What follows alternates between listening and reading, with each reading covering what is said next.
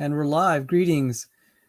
Welcome to the Evidence and Reasons for the Christian Faith video channel. I'm Salvador Cordova, and I'm joined by my co-host, Rebekah Davis of the Examining Evolution channel and the Bread of Life channel. The Bread of Life channel is her flagship channel, but since she has the Examining Evolution channel, I wanted to talk about creationism. And some of you know I've talked to Cindy Lincoln, and I've said that creationism, to be taught well, has to be done right. And I definitely have some of my biases on how this should be done, having gone through a secular program, both in physics and biology, and then working professionally in biology after a career as an aerospace, as an engineer in the aerospace and defense industry, engineer and scientist. So since this video, I'm hoping, will be aired on her Examining Evolution channel. For those of you who don't know who I am, I'm a molecular biophysics researcher that worked under Dr. John C. Sanford, who is a world famous geneticist. He's so influential that as a retired Cornell professor, research scientist, that his invention, the gene gun, was featured in the Smithsonian National Museum of American History, because a sizable fraction of the genetically improved organisms on the planet were through his gene gun process. As he was building the gene gun, it was also at that time that he went from atheist to creationist. He was an atheist. He became a Christian first, then was a theistic evolutionist, then an old earth creationist, then a young earth creationist.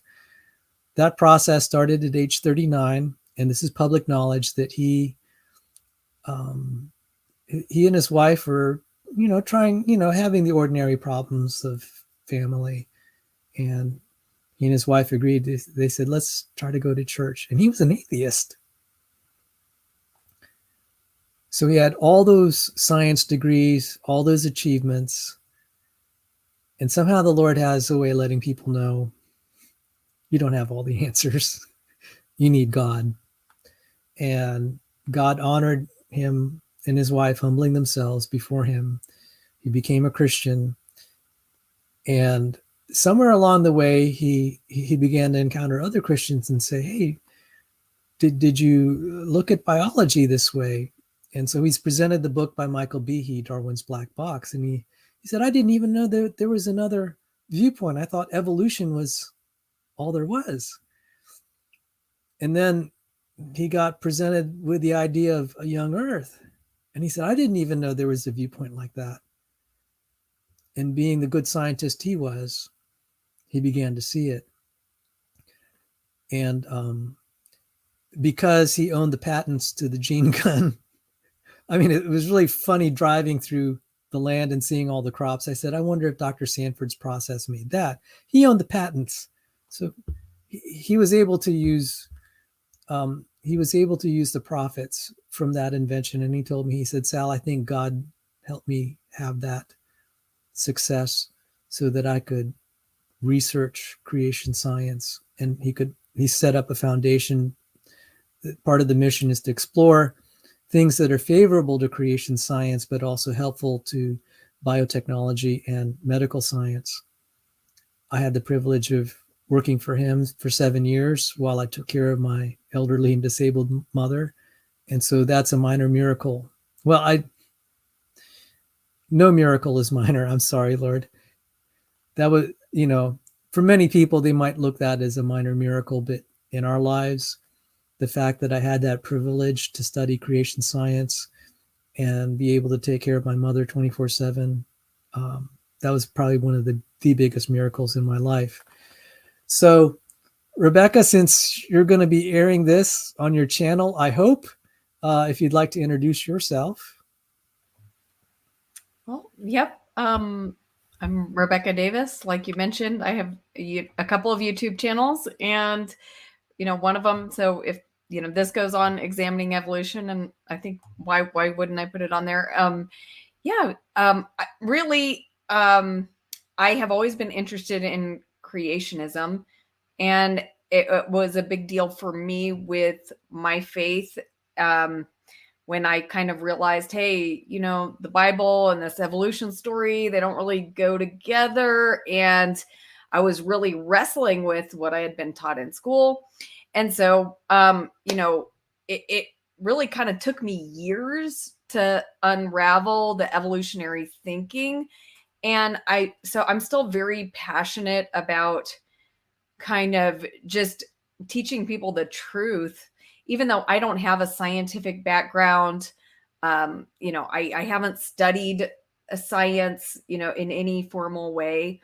I've just kind of, I've read, a lot of books on, things like Darwin's Black Box, and other books related to evolution and creation and exploring the truth about that topic. So, yeah. You're on mute, Sal. And I want to say one more thing. My Examining Evolution channel is really not about presenting creationism. It's not about my belief in God. It's strictly about examining whether or not evolution is true. And so I'm trying to keep the faith aspect out of it and the science in it. So, the examining evolution has nothing to do with whether or not, God created, how God created. It's all about, is evolution true? And so that's basically the focus of it. And the reason I wanted to do that is because I really want the facts about evolution to be known so that people can make an informed decision about it. And I'm trying to kind of like look at the popular ideas that are passed around, just take articles either in popular science media or even scientific research articles and just look at them and see what the actual facts are about evolution and let people make their own decision. Wow. Now, I actually did not know that. Yeah. If you look at it, there's nothing on there about God unless you or like Otangelo came on one time and talked about God. But I mean, for me, there's nothing on there about God. Now, what's very interesting, and okay, so now I have a confession to make. Yeah. Because I did not understand that my presentation that I was going to share with you today is a little different than the mission of examining evolution. So I might have to change my presentation on the fly as we talk and qualify it toward your mission. And so part of what if the audience is wondering, did Rebekah and I have any sort of plan for what we're going to talk about today? It's like, no. It was really to probe how I might be able to be of assistance to her in what she's trying to do. And so sometimes I'm just going to throw stuff out and say, hey, is that helpful? And she'll say yes or no. And so we might, find out more about like what I have to offer and how it aligns with her mission. So maybe I'll just kind of stumble through my presentation and we'll just see if we go down some rabbit trails that are interesting. But what I had been really trying, when I did look at your Examining Evolution channel, I said, a big way of examining it is actually knowing how to criticize it and use scientific arguments. And so some of the things that I've been a little bit just concerned about, some of the things that especially you see on YouTube versus kind of the better literature out there, it's not necessarily the best way to learn it and defend it. And then what also is important is what audience are you talking to? Now, I found that if you can teach it to someone who's young, that's really good. And it takes a lot of work to get there. Now, we have some tools now that's making this much easier because we have these animations. So the reason the animations are very powerful is when you look at it, I could read a biochemistry textbook and like say it's talking about the topoisomerase and how it releases topological strain and how it does an isomerization. I mean, it's just going to read like that. But when you see the animation of it kind of cutting and then moving kind of the stringy parts of the DNA and reconnecting them, it's like, oh, that's really just phenomenal because visually you see it. Because if you just hear like isomerization reaction and topological unstraining, you're just like, that's just another, it really, in a way, kind of trivializes what's actually happening. When you throw all these fancy terms trying to make it, in the hope of making it look profound, it ends up kind of trivializing it. But when you see it in the animation, it's very, very powerful. So what I said in the video description, a good element of this, and when I've been doing this in debates, my last debate with James Downard, I started throwing up the videos and I could tell he was kind of speechless after. I just like, because I said, okay, let's just watch this, James. Now you tell me why you think that evolved.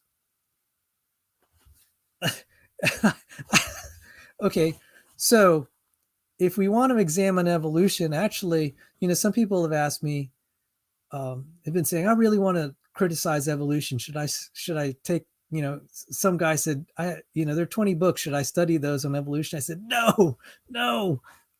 Watch this 4-minute video and watch it 20 times. And then ask the evolutionists how that evolved. That's how you're going to criticize it. And I've never been disappointed by taking that approach. So just think about it. I could probably put together a collection of 10 videos that are probably no longer than 5 to 10 minutes. And it'd be worth years of studying evolutionary biology. And so, and I have presented this to like Dr. Dan and Dapper Dino. And usually they say, we don't know. And they treat me respectably. And they said, Sal, the reason we hold you in high esteem is because you study things like this and you put them in your arguments. And I really appreciated that. So that's actually how you're going to know if you have a good argument. So let me just suggest this. I can give you a catalog of these and we could just actually test them out. The way to find out if it's a good argument is to see how they react. Awesome. So I have those later in the presentation. We could watch those. And honestly, I've watched some of these 10 times and I get something new each time I watch it, even if it's 4 minutes long. So maybe as I did with Cindy Lincoln, as we're talking, it gives me ideas of what we might do for the next presentation. So probably for the next presentation, I'll come up with like, say, 5 videos that I'd say would be really good to watch. And we can watch it together. If I can get the public domain release, we can watch it together. So I'll put that future shows videos to watch. Cool. Okay. So let me now just go through the slideshow and Sal, I know you're busy right now, but if you ever do get the time, maybe I can just show you a couple of my videos that I've done. I've done a couple evolution videos on my Bread of Life channel, but I started examining evolution separate because I didn't want to, overwhelm my Bread of Life channel with evolution talk. But, I'd love to get your feedback on those, and you can tell me, is this, being done right, or is it, what needs work? Well, to confess, one reason I wanted to talk to you is there was one video I wanted to say, I think I need to have a conversation with Rebekah. Cool. And that specific video is Why is Evolution Believed, or something like that. Oh, okay. Mm-hmm. And please correct me where I'm totally misremembering, but I remember it made an impression on me that you were saying it's accepted because that's the only game in town or something like that. What was it? Was on your Well, exam? what I was saying is like that, our education system right now, most Western education and even around the world, it's really dominated by evolution teaching, and people are really taught these ideas from a very young age. So by the time people even start studying, science professionally, they've already been pretty well indoctrinated into the idea. And there's really not much offered in, any other perspective from the time people are, 5 years old all the way up through their education. So, do you disagree with that? Yes, but not completely. Mm-hmm. These I'll give you a powerful example of someone who was a creationist who got deconverted.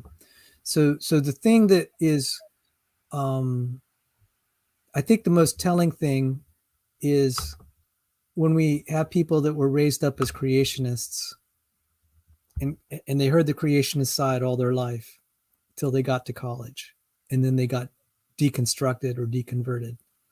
Those are the things that I'm most interested in. I wanted to hear the reasons why. And the most powerful account that I got was of Michael Denton, who actually, ironically, he was a creationist, then he was an atheist, and then he came kind of midway between. But to tell you who he is, I know he wrote a book. He was like about I can't remember the name of it at the Evolution, moment. a Theory in Crisis. Yes. Uh-huh. That's a really good book. Yeah. Yes. What happened? So he inspired Michael Behe and the intelligent design movement. So he would be considered an ID proponent, but he will not use that label, but I will. Okay. What happened to him? He went off to become a medical doctor, and he's an MD, PhD. I mean, the guy's just super brilliant, just amazingly brilliant. And he was, part of his medical training was to do dissections, because if he's going to operate on people, he has to operate. He has to learn how to operate. And in some schools, I talked to some surgeons. They said, well, we work on cadavers. In Michael Denton's case, they were having him operate on primates, I guess chimpanzees, gorillas. I don't know exactly, but he saw the similarity between the chimps and the humans. He said it horrified him. He said he became an atheist almost on the spot because we were so identical. So this is before he wrote Evolution, a Theory in Crisis. So he became a convinced evolutionist at that point. So it's more subtle. I would totally agree that most of the nation has been brainwashed, but that's not the whole story. The other side of the story is this problem of human similarity to chimpanzees. And we have there is someone that has appeared on my channel. We're on great terms. We have promised never to debate each other because we're good friends.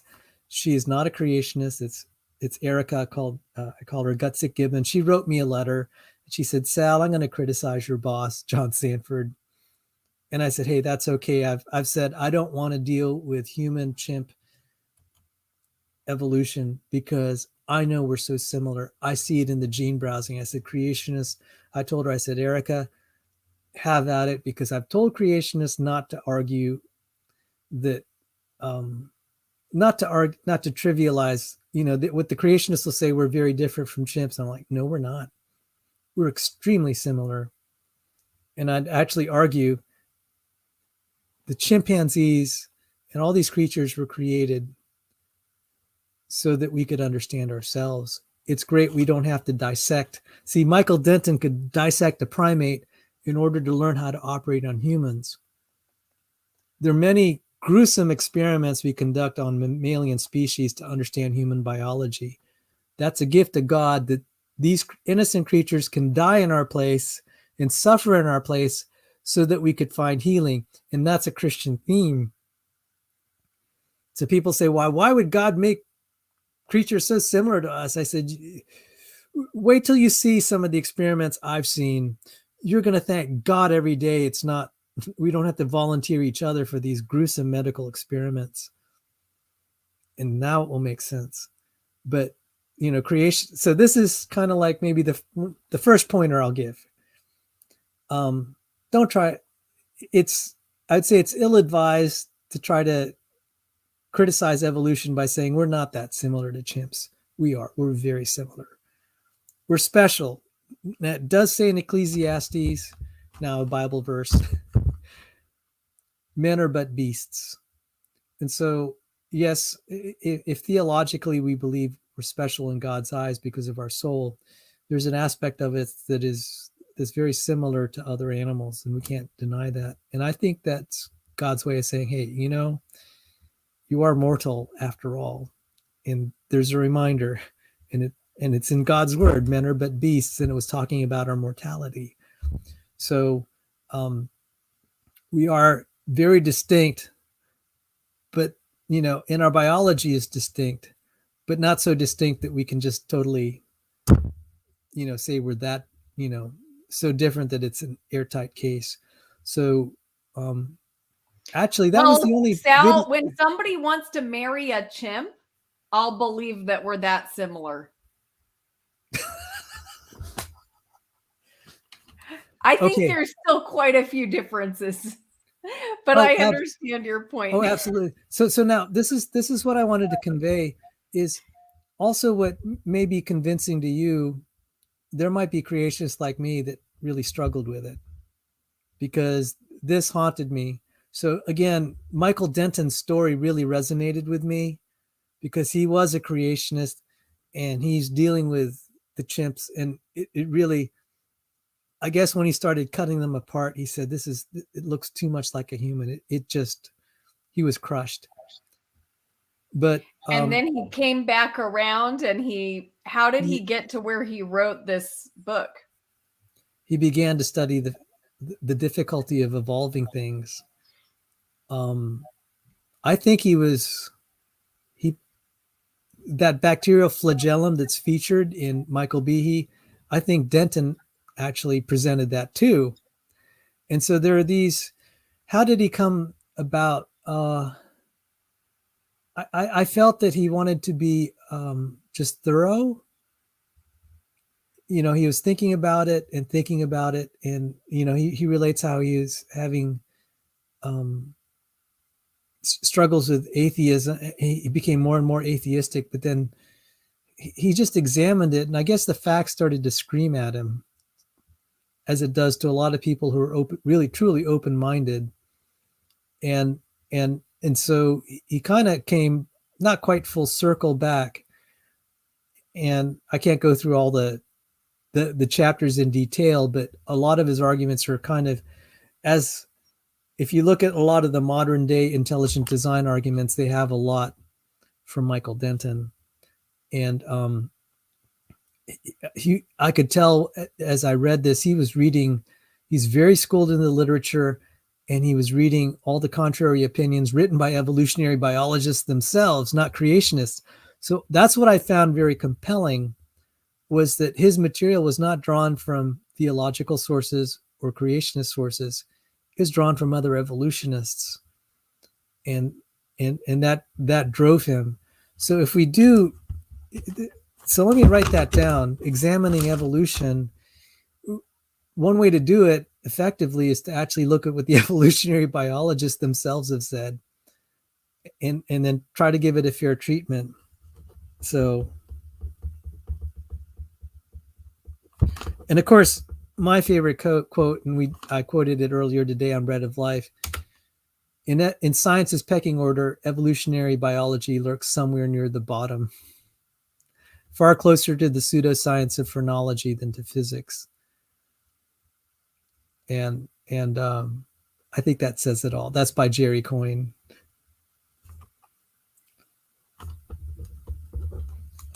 So did you have any comments? You're so quiet. I know I could just go on a monologue.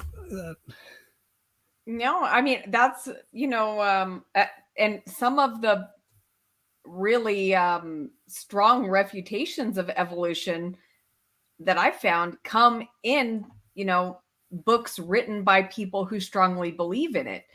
And so, but it's interesting because, in the public sphere, they won't be this honest about the difficulty of the processes. But when you actually then, get deep into one of their books, then they will admit, hey, the all the machinery within the cell is actually working in the opposite direction because there's error correcting mechanisms and things. And so it's very difficult for these things to occur. And I'm not sure how this could have occurred.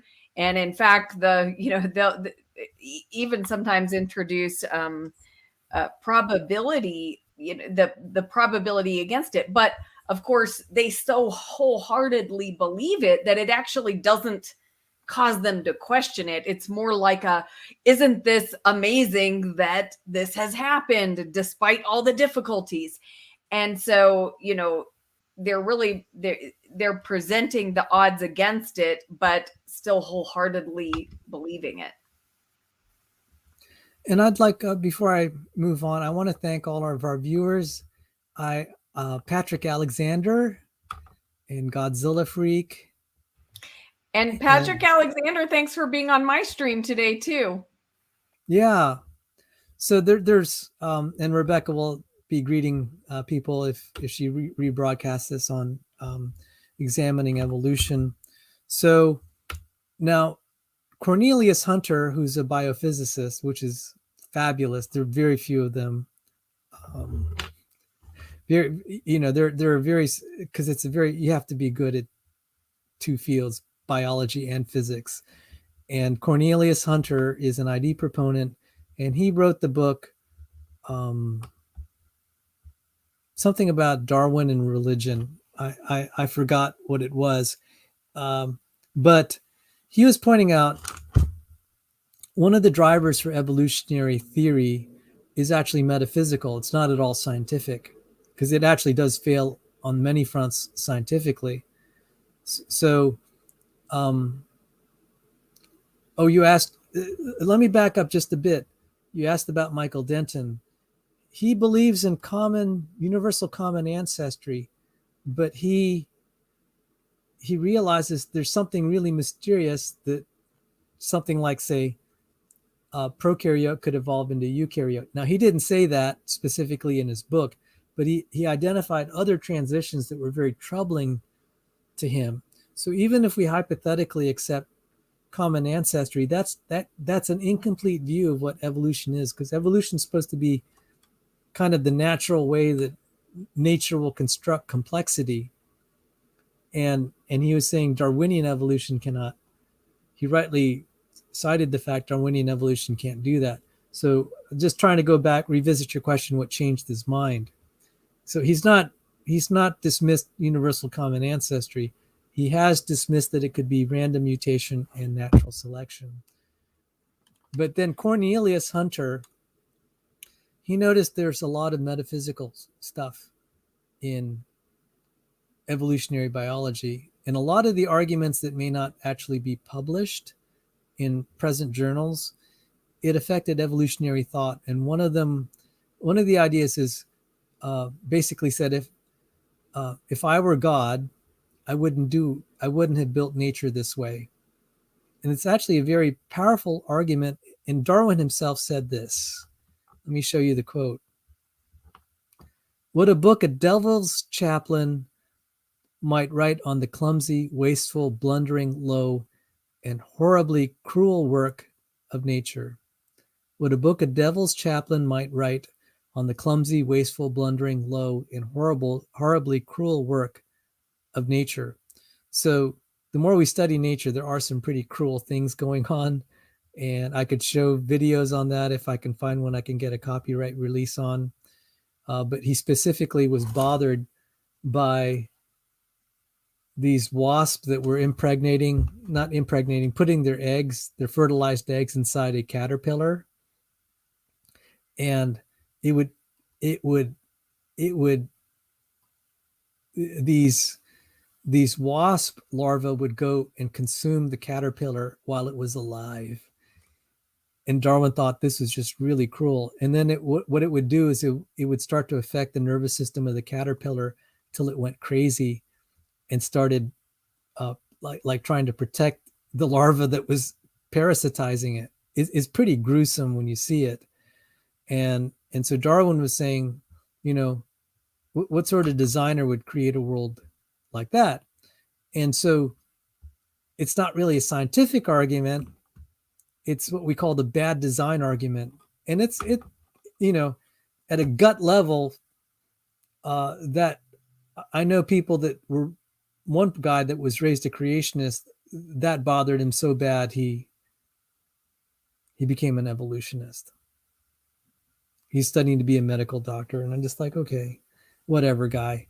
You're admitting this is just, you just don't like the way the world is, and you don't think an intelligent designer would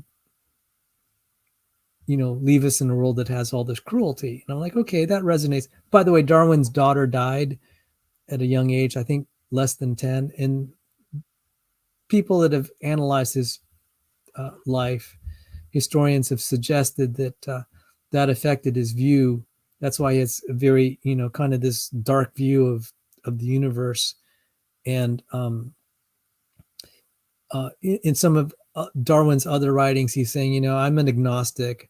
He said, on the one hand, you see all the design around the universe that would suggest a God, but then you see kind of all the cruelty, and he said that can't be God. So the bad design argument, even though you don't see it in professional journals, kind of in the older literature and in, like, say, the philosophy of biology or theology or whatever, it's circulated that that's one of the driving forces of evolutionary theory. Well, I don't know what you think about that, Sal, but I find that argument quite weak, because we cannot even right now make anything as fantastic as the things that we see in nature. We're trying to copy nature to get things that are that fantastic. And so it's funny to me when people say, oh, well, if, God wouldn't have designed it like this with this backwards and this, da, da, da, da, da. Well, that's, to me, it's like, okay, until you can actually create something that works as amazing as what God has made, don't go there with the bad design argument. And the other thing about the, caterpillar and all the cruel things we see, well, that's really the problem of evil. That's not really a scientific argument, right? That's the problem of evil. So that's a metaphysical argument. That's a philosophical. That's something totally.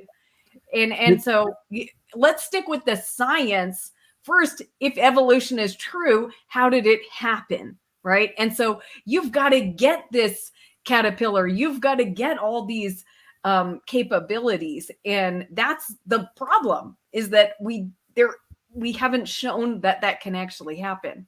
Do you agree? No, you had, well, of course I agree with you. But what we mean by weak or strong arguments, it's logically a weak argument, but emotionally it's very powerful.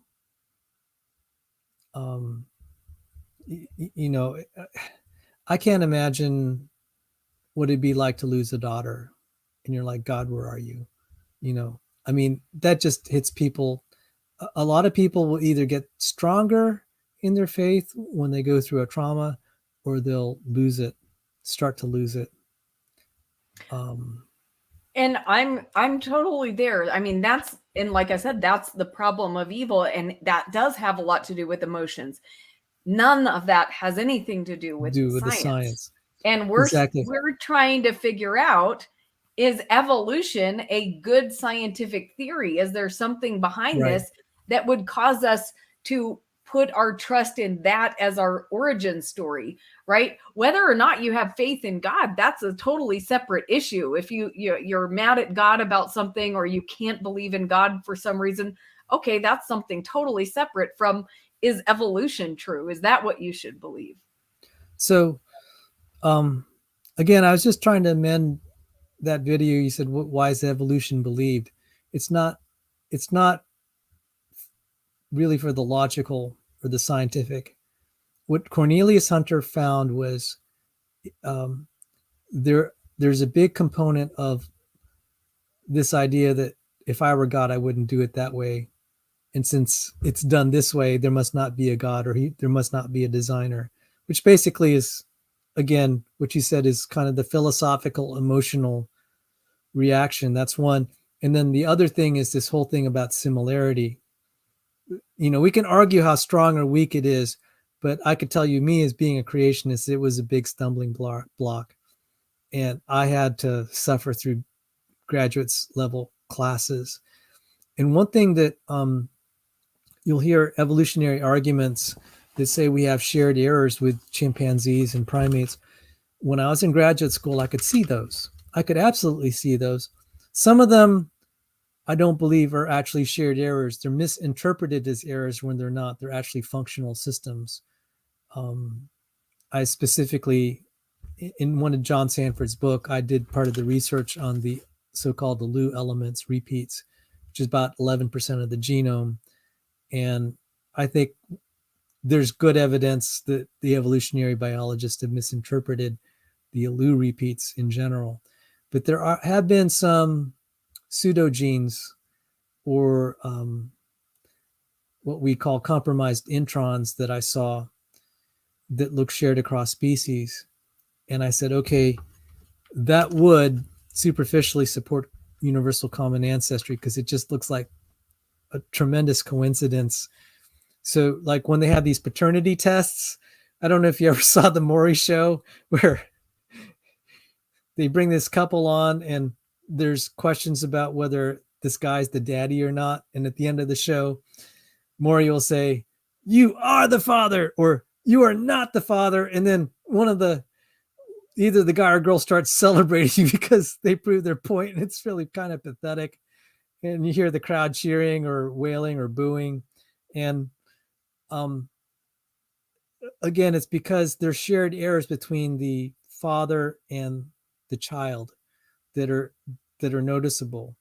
So if we do that with paternity tests, and we apply that to like these, like specifically like the one I studied in grad school, the interferon lambda 3/4, I was like, oh my goodness, Lord, that's, if I didn't know the other stuff, I think this would have broken my faith at that point, because it'd be like the Maury show. You are the father, I mean, I was just blown away by it. And I said, God, I don't know quite what to do with this. I've come to the conclusion that maybe they are shared mistakes because God put it there. Because when Adam sinned, God said, the ground's going to bear thistles and thorns. And throughout all creation, there's been kind of almost a second miraculous event where all life had gotten affected. I mean, for life to start bearing thorns and thistles, and then you have all the violence, like these wasps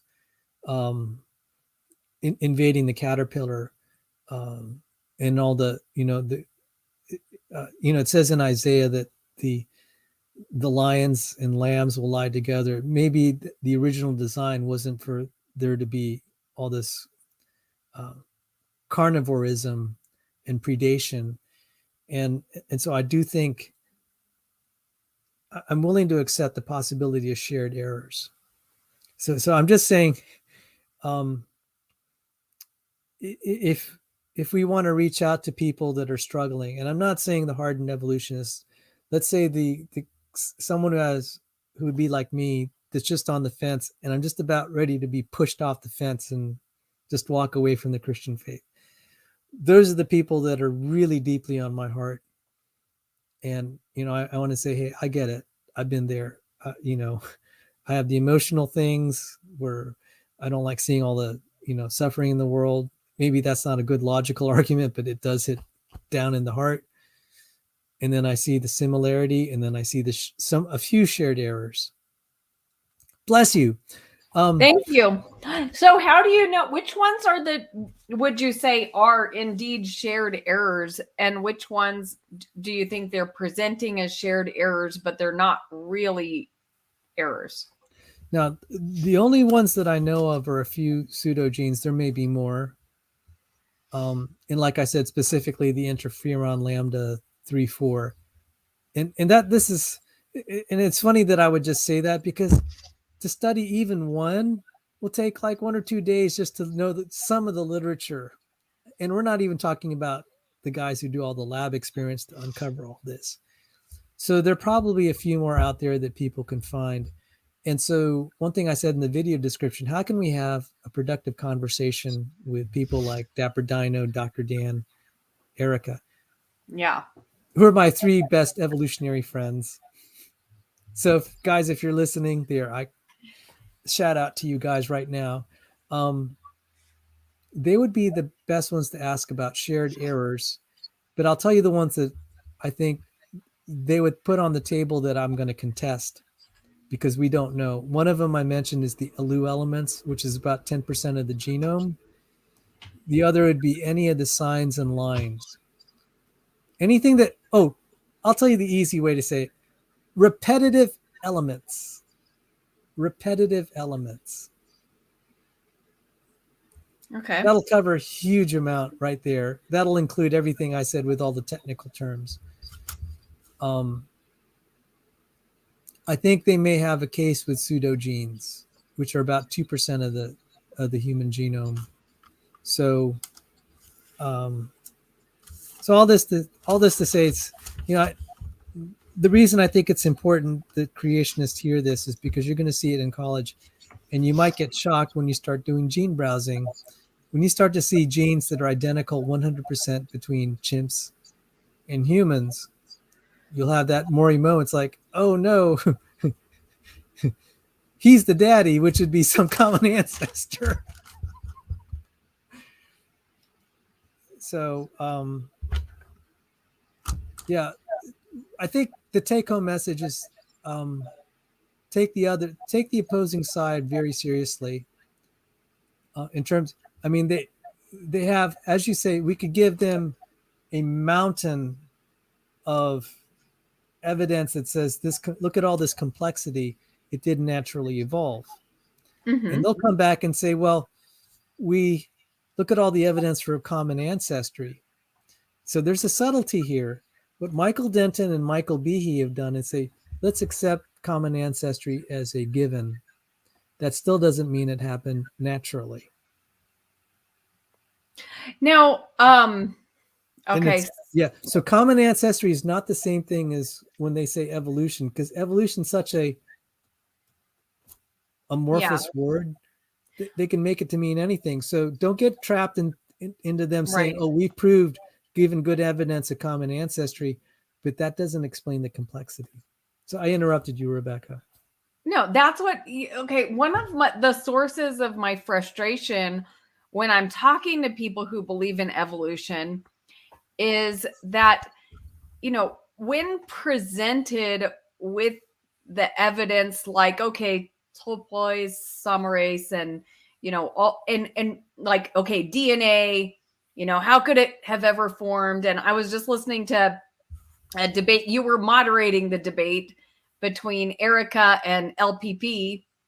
And, LPP was just, he was just, bringing it out. All the reasons, which one comes first, DNA, RNA, you've got to have this, you've got to have this, you've got to have the ribosome, you've got to have, and the ribosome is like a 3D printer. And, how do you ever get this? And he's going through the probabilities, and it's just astronomical. And to me, that just seems so clear. But one of my big frustrations is the response when people are faced with that. Erika's response was, well, that's just an argument from incredulity. Oh, I don't see how, I don't see how this is a problem, basically, like, and I've heard that again and again, where it's like, okay, we just believe it happened, no matter how implausible it seems. That's what we believe. And so I mean, is it just a spiritual block, Sal? Because to me, this is like the big frustration is, even when you do bring out the big guns like LPP did and really show the facts about how difficult this whole process is, it doesn't seem to make a dent. And okay, this is the presentation, and it has the answer to your question, what to do.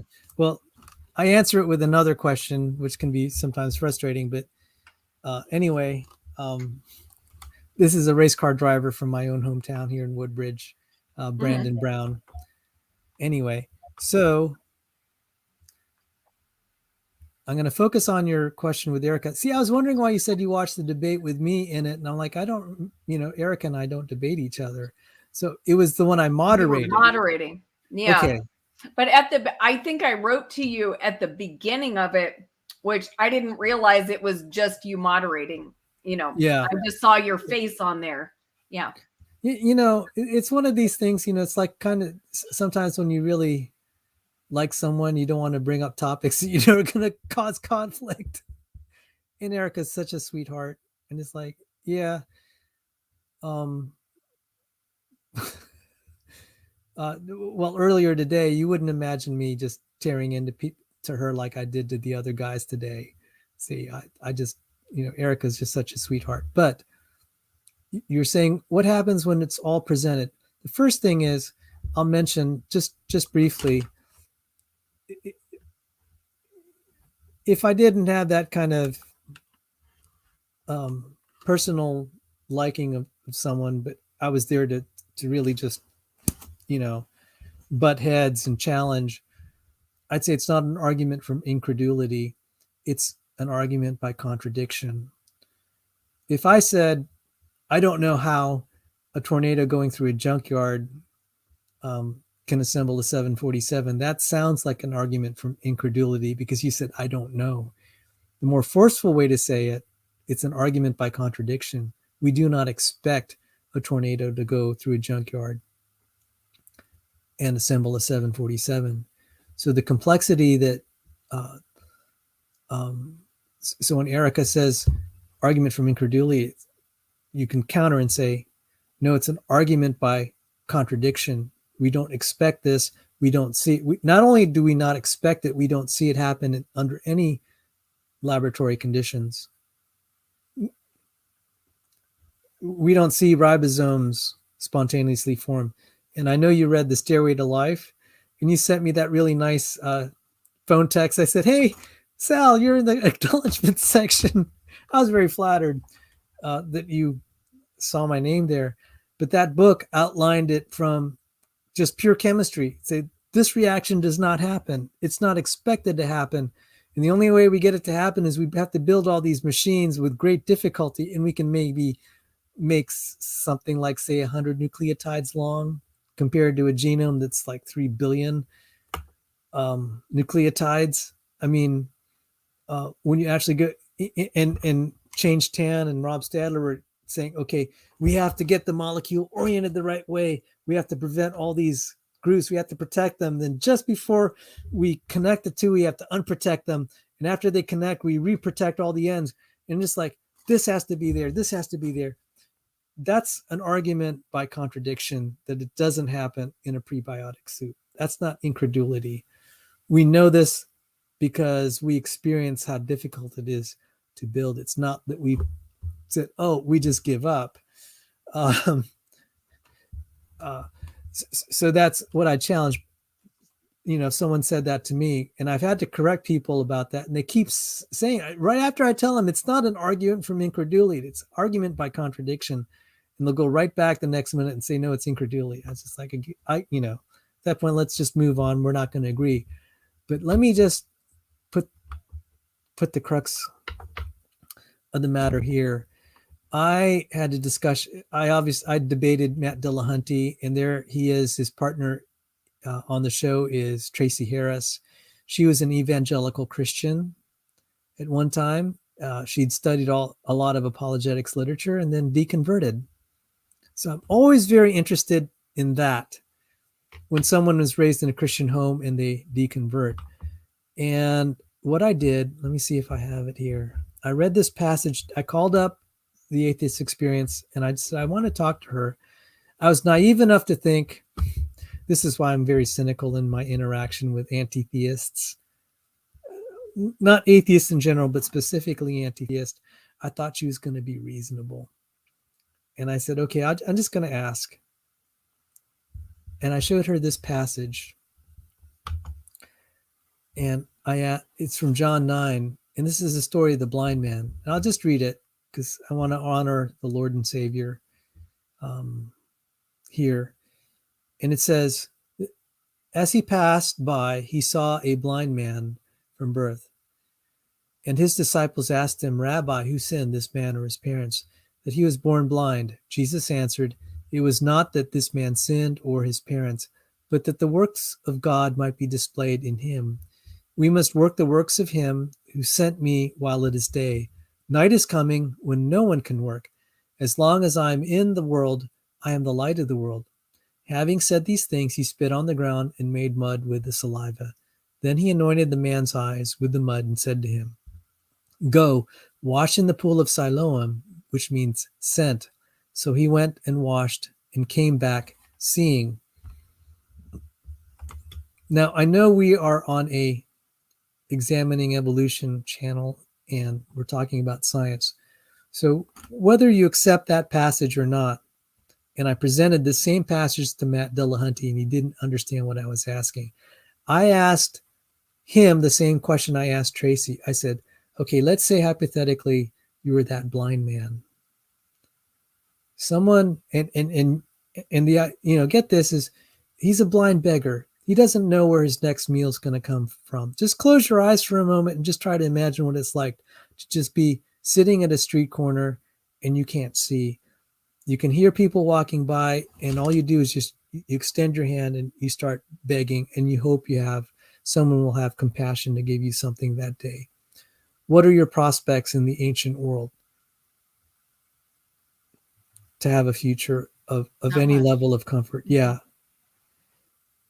And then someone comes in your life and heals you and tells you he's the Messiah, offers you eternal life. I thought Tracy would be reasonable. I said, okay, what if that happened to you? I'm just saying hypothetically. To her credit, she tried to answer the question. She entertained it. She said, no, I wouldn't believe. And I went in her writings and I got to learn some of the reasons why. She gave me some of them. She said, well, I'd ask, how come Jesus doesn't go everywhere and heal everyone? And all the atheists, 40,000 of them, were just applauding her and say, oh, that was so ingenious. And I was like, okay, that's what you would do. I wouldn't do that. If someone did that for me, I'd follow him the rest of my life. If all those circumstances. But she said no. And she said, I'd try to go figure out what naturalistic mechanism there was that made this, and we could go heal everyone. And there's flaws with that. But the point is how much evidence do you need before you're ever convinced, be it of intelligent design or that evolution fails or whatever, how much, you could keep presenting. And I actually brought a book to that effect. Did I, hang on. I have it here. This is a quote from an Origin of Life researcher. Oops, sorry. It'll tell you. But I asked Matt Dillahunty the same thing. And I said, I casually just said, I don't think anything. He said, no, I wouldn't believe. And I said, well, then I don't think anything would convince you. He went ballistic. He was so mad. He said, that's an attack on my character. He was screaming at me. He said, that's so dishonest. That's despicable. And I realized that's all theater, Matt, because he made a video on that topic and he said, I could never eliminate the possibility that it was done by space aliens with some technology. So I really wasn't far from the mark when I said I don't think anything would convince you, Matt. But he was so offended by that, and he was screaming at me, and all the atheists said they got Sal in a line. It's like, no, I wasn't lying. I mean, if you saw his video, but to your point, this is an origin of life researcher. I want you to hear their mentality. By the way, he's actually a very fair origin of life researcher because he said some things very nice about intelligent design researchers, the founders of intelligent design movement, because their chemistry was so good. And if you were alive today, you'd probably say the same thing about Rob Stadler and Change 10. This book, Origins, a skeptic's guide to the creation of life on Earth. And he's actually, you think it's criticizing creationists, he's actually criticizing his fellow chemists who are origin of life researchers, and the author is Robert Shapiro. In page 130, he says, some future day may yet arrive when all reasonable chemical experiments run to discover a probable origin for life have failed unequivocally. Further, new geological evidence may indicate a sudden appearance of life on Earth. Finally, we may have explored the universe and found no trace of life or processes leading to life elsewhere. In such a case, some scientists might choose to turn to religion for an answer. Others, however, myself included, would attempt to sort out the surviving less probable scientific explanations in the hope of selecting one that was still more likely than the remainder.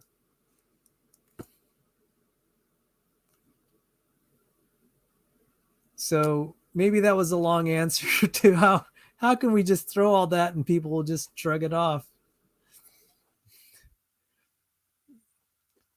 They will, and they have their reasons.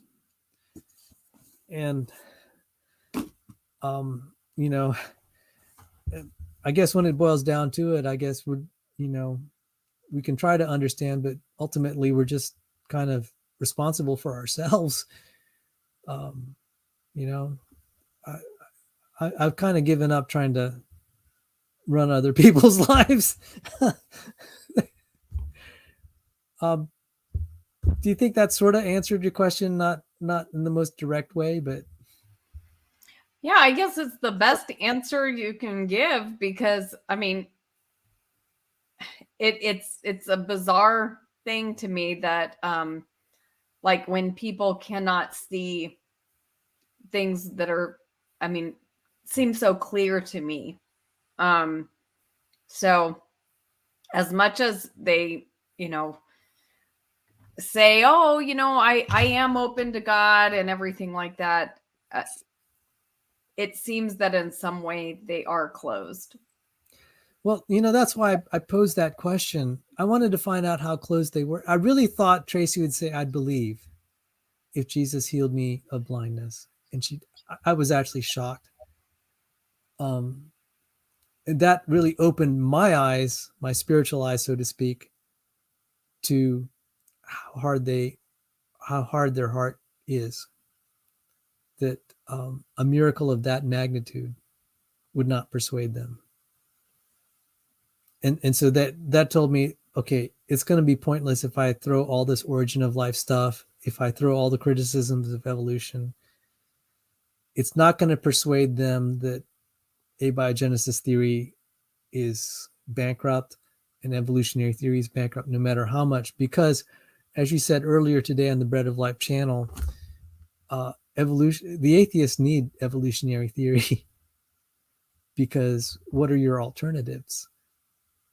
And by evolutionary theory, I mean that mechanical complexity emerges naturally. I'm not talking about common descent. So it's like, yeah, if they saw miracles with their own eyes and they still wouldn't believe in some sort of God, it's like, well, it's kind of pointless to think that they're going to be persuaded by any of our arguments. Yeah, I mean, And I really do believe that's true. They desperately need a way to explain life by natural processes, because the only alternative is God. And Oh, yeah. I mean, you could say, okay, aliens, but if you go aliens, then you still have to figure out where they came from. So it does all come down to, really, is it God or is it natural processes? And so, they need natural processes. So that's actually, now we've identified the other reason. So one of the reasons with the similarity between us and chimps, that's a stumbling block for some, even Michael Denton at one point in his life. The next thing is the problem of evil, which is not a scientific thing. And the next thing being there could be a God, because that would lead to all sorts of other things, like, oh boy, maybe God, such a God, would define what morality is and what's right and wrong. And I challenged Lance kind of indirectly. He was saying, no, that's not good if God would do that. And I said, how? I challenged him. I said, well, who are you to say, since you're not God? That's just I know, Sal. And you know what? I really wanted you guys to continue on that line of discussion, because Lance, this is what his main topic that he likes to talk about. Yeah. But we all got diverted when evolution got brought up, because then it was, evolution, everybody had something to say. But yeah, and you can blame me for that. But oh yeah, so that's the third thing. So we have four things, like what you said. So I didn't disagree that was. It's not just that there's a monopoly of teaching. It's also that there are people that don't want God, because then it's like, oh, we don't decide what's right and wrong. But then you have people who believe in God, theistic evolutionists. So, like Rob, for example, is very, very convinced on evolution. So why isn't Rob seeing the power of the arguments that we're presenting? Well, don't pick on him specifically. Just, why do the theistic... No, I want to pick on him because I think he did something pretty slimy against me on S.J. Thomason's show. He called me dishonest to my face, and I wasn't attacking him. And I thought that was really rude and kind of crummy of him, honestly. And Rob, if you're listening, dude, the only reason I didn't call you out on it is because S.J. Thomason was there and I wanted to respect her. But I think that was pretty low, dude. I really don't want to talk to you anymore. I have atheist friends that would not treat me that way. And you claim to be a Christian. So if you want my opinion, I think some of his theology is pretty awful. So, and we have people like that in church, and it just happens. So, I don't know what to do exactly with some theistic evolutionists. Now, I will say this. I was a theistic evolutionist, but I came from I was raised in a Christian home, Christian Catholic home. And I know some people question whether that's Christian, but I consider it, I was raised essentially in a Christian home. And I was taught about the Lord. And we had some Catholic doctrine that I no longer subscribe to. But that led me, it was in the Catholic Church I became a Christian. I was reading the New Testament, and it changed my life at age 15. I knew something happened to me. I went on to become a Presbyterian, and hence my evangelical Reformed viewpoints. And so during that time, I was a theistic evolution for 1 year. And then I heard the evidence. I became an old earth creationist. And then decades later, I became a young earth creationist. So, and the same with John Sanford. So I think there'd be theistic evolutionists that, so to answer your question, in some cases, it could be people that they're still in part of that phase of their Christian walk where, they haven't even considered these things. Dr. Sanford didn't become a creationist because he never heard of the alternative. He didn't even know that there was any other view. So now it's different when people have heard the other view and they still think that they have a great argument. And I threw it on the table. I said, I've published on topoisomerase. I published in Secular Biology in a secular venue criticizing evolutionary biology. And so, I threw that out there and they just don't seem interested. It's like, okay, what do I do with that? Whereas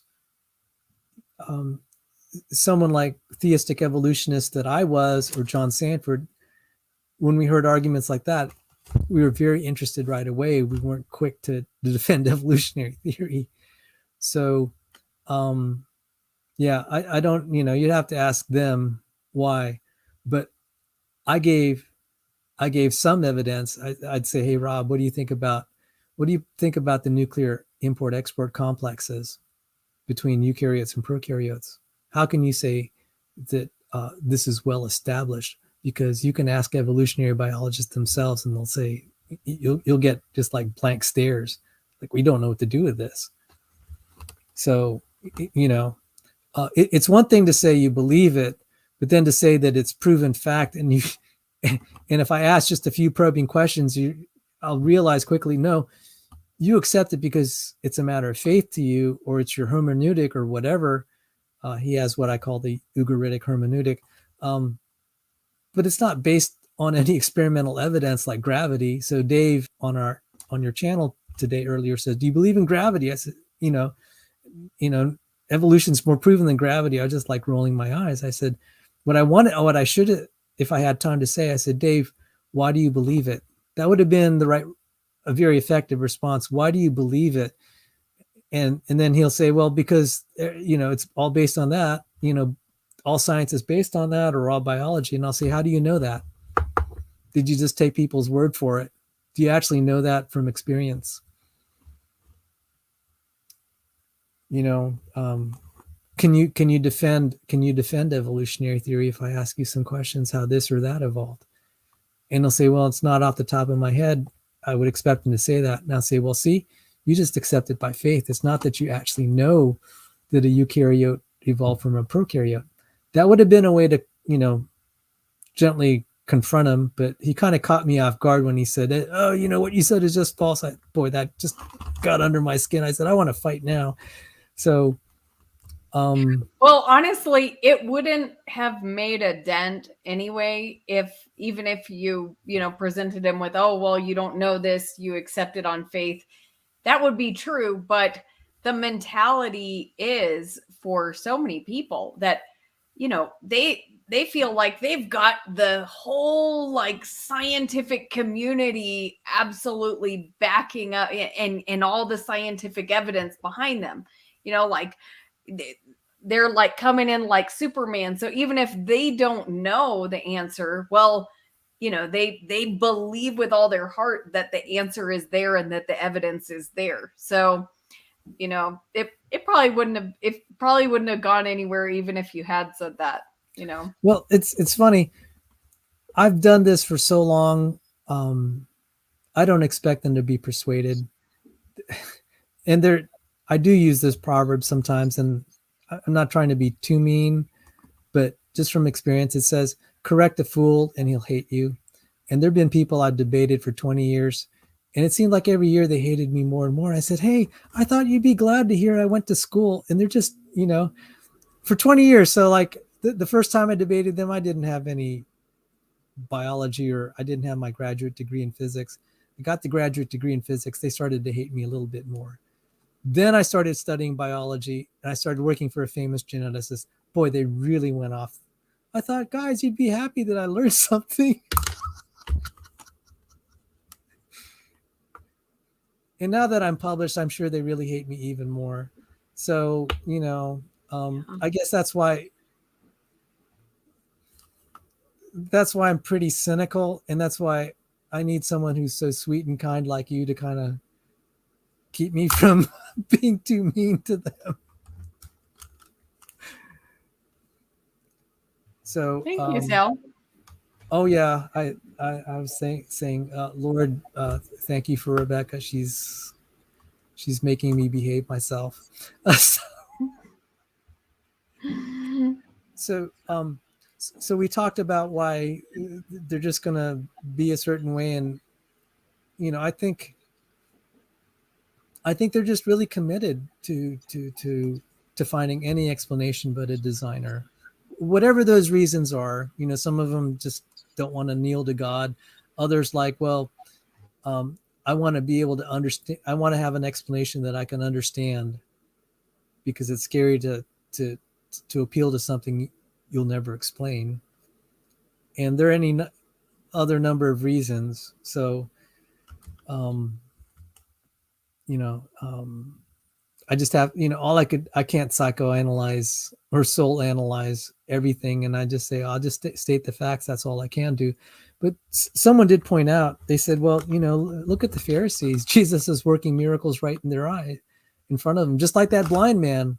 And they got so mad that Jesus healed the blind man. They wanted, and after he raised Lazarus from the dead, you'd think that they would get down on their knees and worship. They decided to crucify him, and they wanted to kill Lazarus too. So, I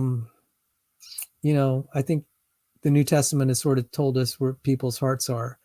So, maybe all this theological talk is probably going to preclude you showing this on Examining Evolution, but that's okay. You will bless my audience here with the information, because I think they needed to hear this.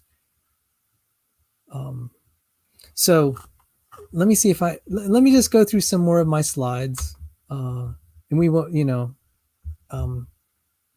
I have like 100. I have like 200, and I'm going to go through maybe just less than 10. Wow. Okay. These were from other presentations I made. So, Sal, I just realized it's past midnight where you are. oh, I was wondering why I was hearing all the fireworks. Happy Praise the New Lord. Year. Hey, this Happy is a New great Year. way to bring in the new year, right? We're on YouTube. We're talking about the Lord. Maybe this is, kind of indicative of what, 2022 is going to bring. Yes. Yes. Absolutely. Absolutely. Well, Happy New Year, Rebekah. Yeah. Why don't we just stop and thank the Lord? Yes. For the year. Lord, thank you so much for just every opportunity that you've given us in 2021. Thank you for letting us live to see 2022. Thank you for all the people who have supported Sal and his channel. Thank you for the work that you've done through Sal. And Lord, as I said to him, I'll just say right now to you and to the audience watching that I believe Sal is doing. He is one of the most important people in the world, just tackling tough issues and really just tearing down strongholds that keep people from coming to know you. So thank you for his work. Bless him this year. Bless all the work of his hands and all the things that are in his heart for this year. And we just thank you, Lord, and thank you for bringing Sal into my life and for just everything you're doing in the world, Lord. Please open blind eyes, Lord, just as we read that passage. We want to see blind eyes open this year, physically, spiritually, and we want to see Lord Jesus glorified. Amen. Amen.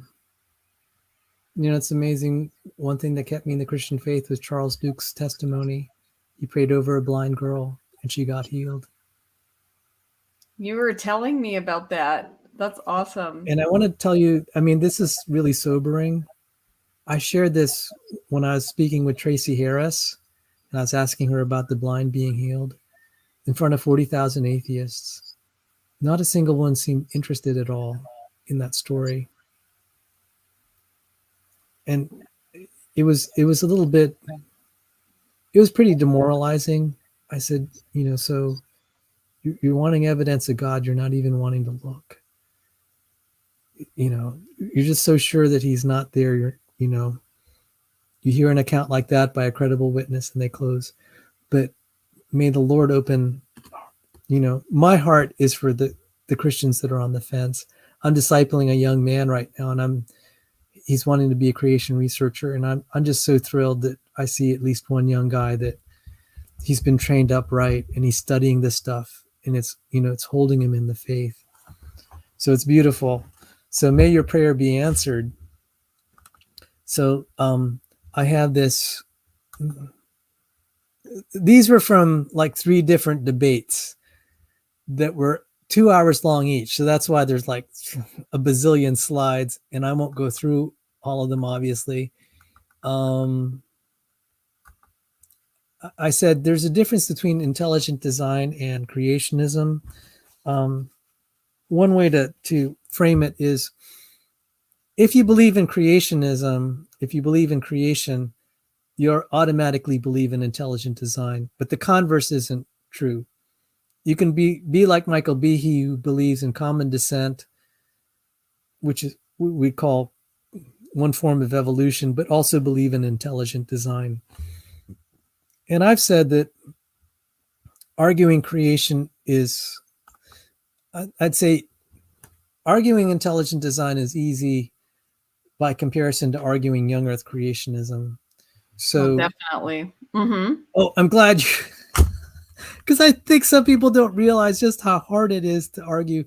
I don't even argue young earth creationism that much, even though I believe it.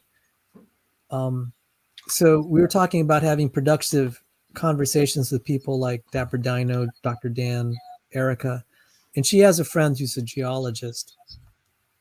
Having a productive conversation with them would be to take notes and say, okay, these are all the problems that they see with the young earth model. And there are a lot. And we can address some, the creation community can address some of them, but there's still some that are outstanding. And one of the hardest ones that I dealt with, because physics is my background, is the distant starlight, which is not just young earth, it's actually saying the whole universe is young. And that's a nightmare. It's like I won't debate that and feel like I've won. I'd be glad to just score a draw, because I could cite a lot of stuff that says, okay, this is problematic for long ages in the universe. But it's not like when I showed you the topoisomerase, you could say that's, abiogenesis or evolution in that case is just totally off the table. But for the distant starlight, the other side still has a really good case. Yeah. Sal, that's what I've noticed, that when I talk to evolutionists and I want to talk about evolution, they usually try to take me to young earth creationism. They would rather, take me to that. And I always just say, look, young earth creation is something I believe. And it's like, I see that there is some evidence against it and there's some evidence for it. And so I choose to believe it because I think it's the best interpretation of what the Bible says. But I don't want to argue about that because I already, believe there's some, evidence against it. And so but I'm actually getting ready to have a conversation with Erika in a few weeks. And we've been talking about what are we going to talk about? And, she said, I think we need to start with the age of the earth, because you're not going to, if we get to the evolution stuff, we have to have the foundation of the geologic column and everything like that. And so I said, well, I don't really want to argue about the age of the earth.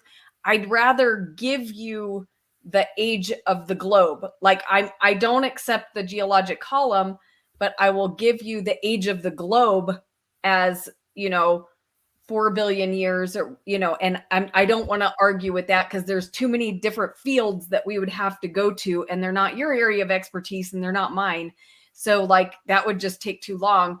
So I'll give you the age of the globe, but, what you would have to do, to show me that your evidence that you're presenting for these, for human evolution is true is that the ages that are mentioned, you've got to show me that the radioisotope dating works, that it actually does, that those specimens that were found were dated,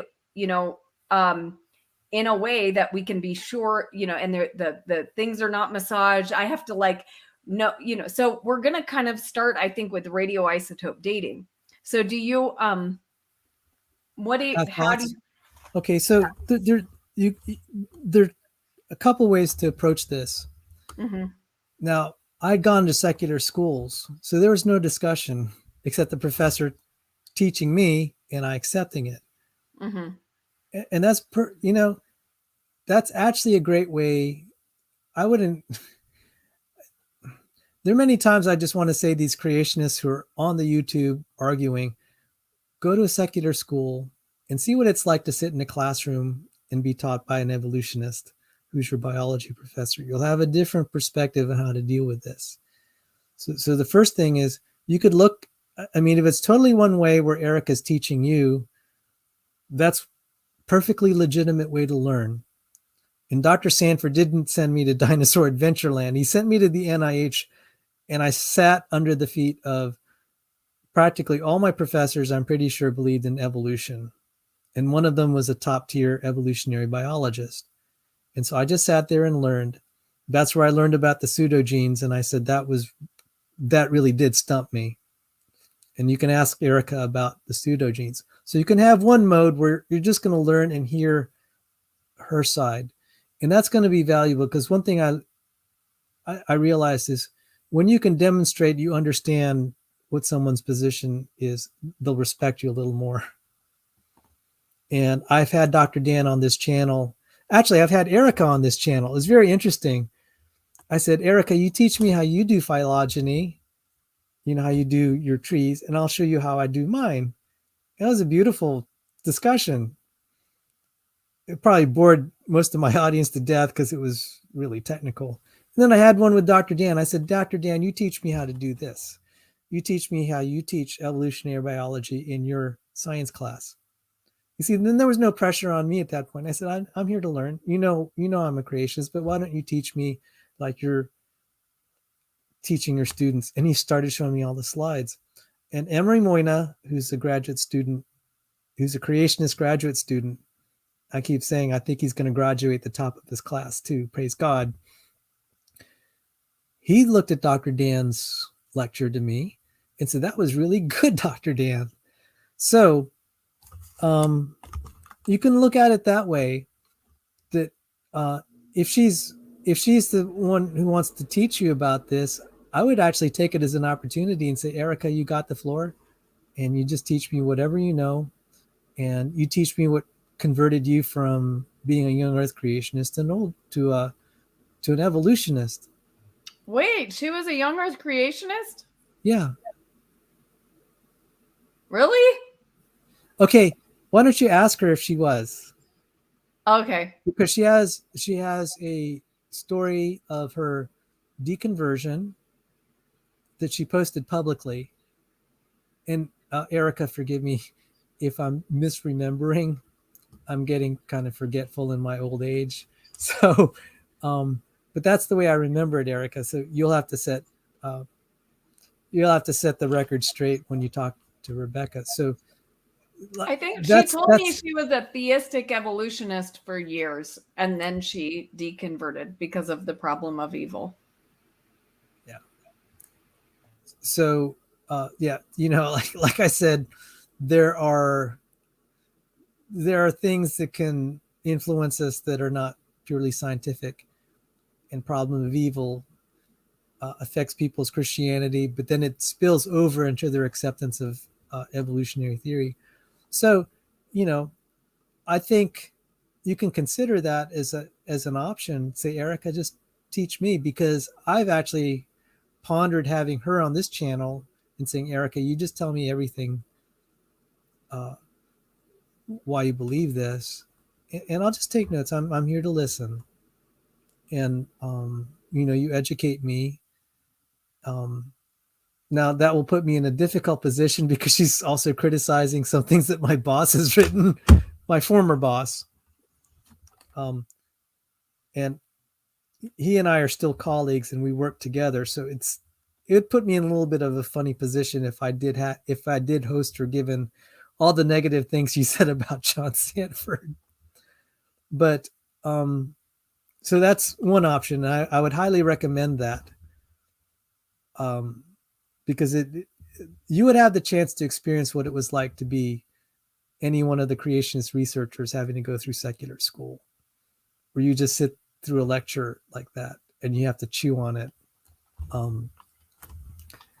And in some respects, it was kind of good because I wasn't under any pressure to defend my viewpoint, because it wasn't a debate. They were just teaching me what they accepted as fact, and I didn't have to challenge them. And it was actually kind of liberating, because when I'm on the debate stage, you feel like, well, I gotta make a good showing for the Lord and Christianity. And yeah, that's, if I sign up for a debate, I'm going to try to win that debate. But when you're just in pure learning mode, you're much freer. So that's just what I would recommend. Yeah, I mean, I've already, like, several people have asked me to debate or something, like, or suggested debate, and I'm like, I'm really not qualified to do that. And I have no interest in doing that. I don't want to get on and argue with people. I don't think it's productive. So, and it's going to be interesting, because you could tell John Maddox and I would focus on the origin of life, which is at what we call the primitive level, because that's kind of the basic. And Erika had probably focused on the primates, the chimps and humans. And so we'd end up talking past each other anyway, and I'm glad she and I decided not to debate each other. So that's one mode. Or you could talk about the evidences that you've heard of young Earth. But in that case, unless you've really been schooled in it,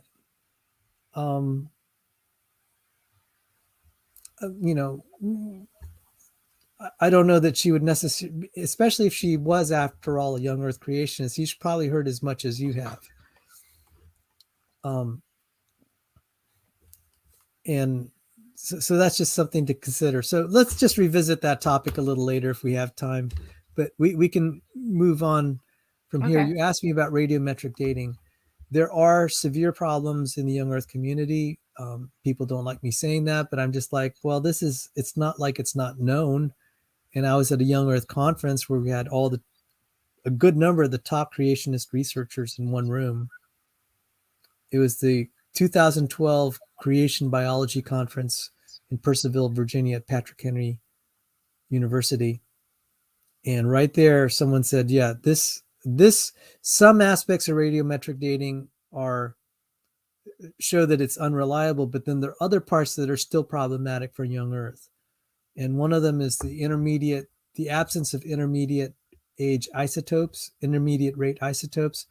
And then also the fact that rocks seem to have, even though the dates are discordant in rocks with like uranium lead dating and some other ones, they all still indicate old ages. So there's a conflict there, but it still favors an old age. And I'm not, this is what some young Earth creationists are so eager to win debates, they'll kind of cover that up and just like, no, that's not really being honest. I know you want to win the debate, but you have to win it the honest way, not by ignoring what I call materially important data points, and you're trying to cover it up just so you can win points with the audience. But then they go to school and they learn this more, and they're going to feel like they got lied to. I said, you don't do that. So in question of radiometric dating, there's some problems, but on the young Earth side, there are problems for why there are isotopes at all, such as the fact that there's 70 times more uranium in the continent than there are in the ocean floor. You see, they say that the uranium, we don't exactly know where it came from. Now, they say were made of stardust. And so if the uranium came on the Earth, why didn't it just kind of mix uniformly? Why is it 70% concentrated in the continental crust? And the young Earth creationists have really seized on that and said, there's a mechanism that created it radio. They've said, one creationist, Walter Brown's, and I think he's argued the case very well, that maybe there wasn't radiation at the creation, that it's a later phenomenon. And I actually studied this from graduate school, how we can create isotopes. And they've been able to actually create radioisotopes in the laboratory. If what caused the Great Flood had a lot of these electrical mechanisms, and I studied some of these, I gave a term paper to my professor because I was trying to save my grade. I thought he was going to have my head, but I said, I got to take a risk and go with an outlandish topic. I wanted to talk about the chemical and electrical means of changing nuclear structure. If we're able to find more discoveries in this field, we could demonstrate that the radioisotopic dating, it's not as airtight as they're saying. It's already problematic. We might even find more reasons for like that anomaly in the rocks. I know that's a really long answer. That's why I said ID is easy. That topoisomerase video, you could get that down in 2 minutes. Talking about radioisotopes is just like a nasty discussion. So there you have it. I have to ban someone here. There. We're getting some. We do get some unwelcome visitors. So maybe that topic I wouldn't touch with a 10-foot pole.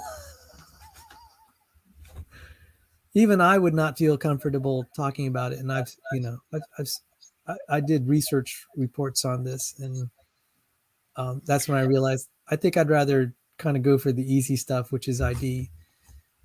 Right. But if we're looking at like dating of the geologic column, what is the, like, I know we don't necessarily have an answer for all the radioisotope dating, but do you think the radioisotope dating matches the geologic? Nope. No. Okay. And this is where I said there are problems on both sides, is the fair way to say it, with radiometric dating. But there are enough anomalies, such as carbon-14 in the fossils. Those should have been, figuratively speaking, evaporated by now. That died out. But I like, it should be gone by now, and it's not. That's a serious problem. We find it in diamonds. And how did the diamonds get that? See, that's also another mystery we don't have. The other thing is the geologic column should have been erased with the erosion rates. For one thing, it's building up, and it should have been erased. The other thing is you have all these layers. You can sometimes see it with the coloring, like in the Grand Canyon. And I've asked, okay, so you had, for millions and millions of years, you had it in that color, and it was coming out and depositing. And suddenly it switched off and you had another color. Have you ever thought how that happens? And one of the geologists said, oh, just an environmental change. And I'm like, yeah, right.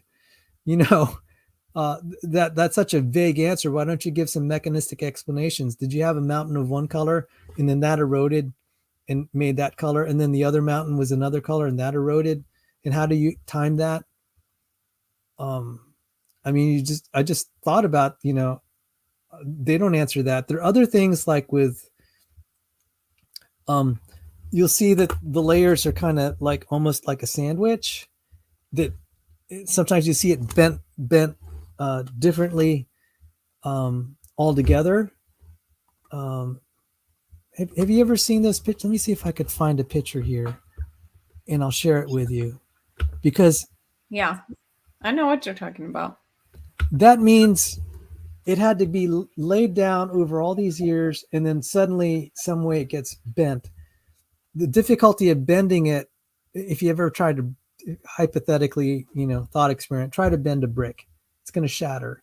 So how did this bend if it wasn't kind of in a soft state? And and if we had a lot of tectonic activity over time, you're not going to get those nice layers where we. So that's probably, so you have you do have the carbon-14 dating, and they'll dismiss that. But I'm less like, well, if you're being honest, you're going to admit that is problematic. And they'll be, in fact, it's the secular researchers that have found this the hard way. And I'll say, okay, it may not be as definitive as you'd like, but it's certainly enough to make me, if I were on your side, I'd be pretty concerned, because this doesn't look good. We have a number of chemists that have rightly pointed out, including James Tour, who's one of the top chemists in the world, the chemistry of the dinosaur soft tissue is not consistent with long ages. Neither is finding DNA there. And the thing that I've been working on is the racemization dating.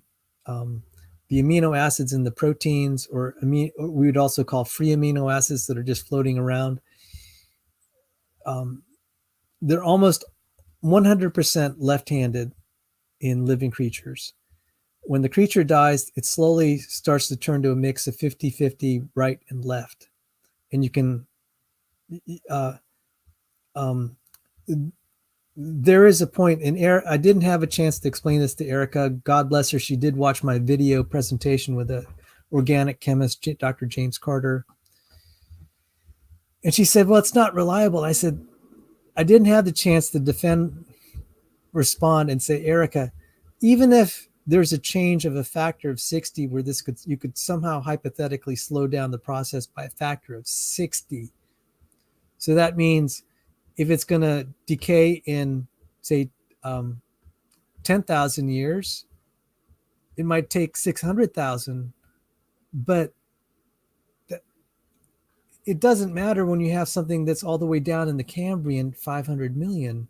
And I actually plotted this. I said, it doesn't matter that it's variable by a factor of 60, because let's say you take the most optimistic and generous value for the decay rate being the slowest possible. Because beyond that, you're just not going to get it any slower. We can demonstrate that empirically. Or you could just look at this graph. I said, I'll give you the most generous parameters. It still shouldn't be there, but it is. So we have the racemization dating, the Carbon-14. Carbon-14, the oxidation dating. We have the problem of erosion. Dr. Ariel Roth pointed out that if we just extrapolate some of the erosion factors, the geologic column should be erased.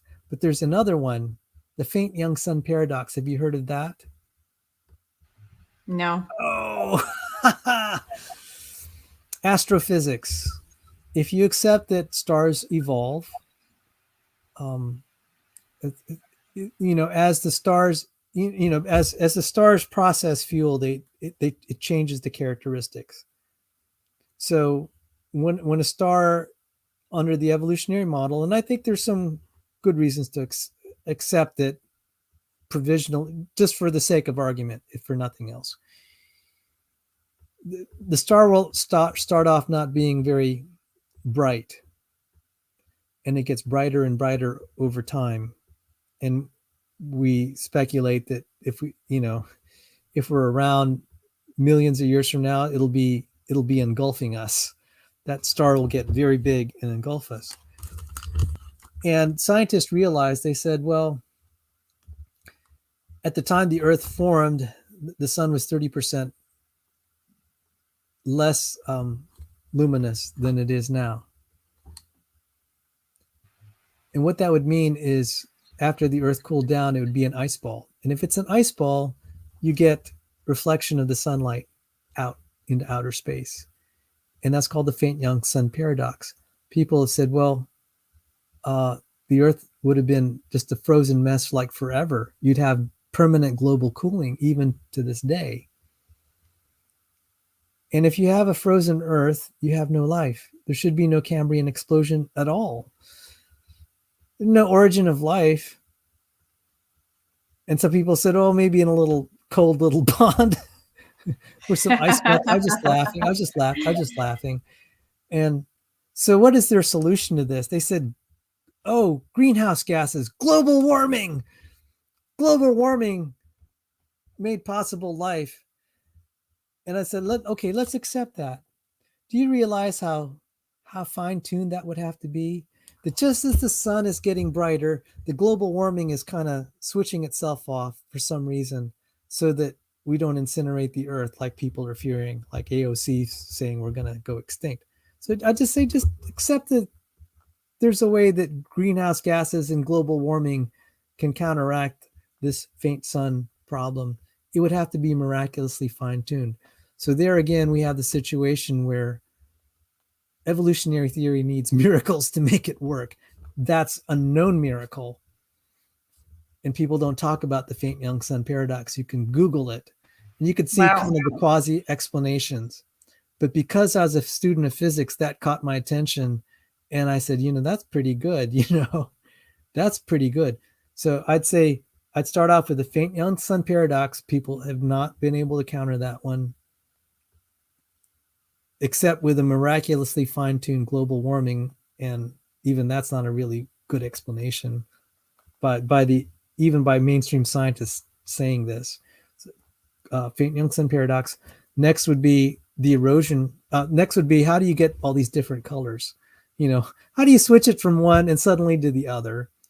Then the erosion rates, and then we can talk, then the chemicals, and then the C14. So there are 5 major problems, not to mention, how did things fossilize? How do you get big dinosaurs to be fossilized? If it took a while for all these sediments to accumulate millions of years, they would have been decayed by now. Yeah, and one question I had, because I live in Utah now, and we stopped at this site a couple hours from where I live, where they have footprints of theropod dinosaurs. Wow. And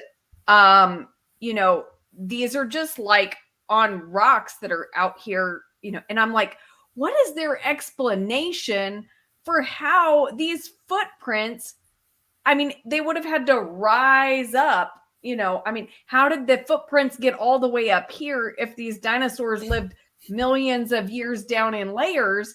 And so I was like reading the plaque, and the plaque was like, oh, well, there was, some kind of thing that caused the rock to rise up, and so I'm just like, wow, this is a ridiculous story. Yes. I'm not sure how they came up with that, but yeah. Do you have any response to that? Like, do you think there's...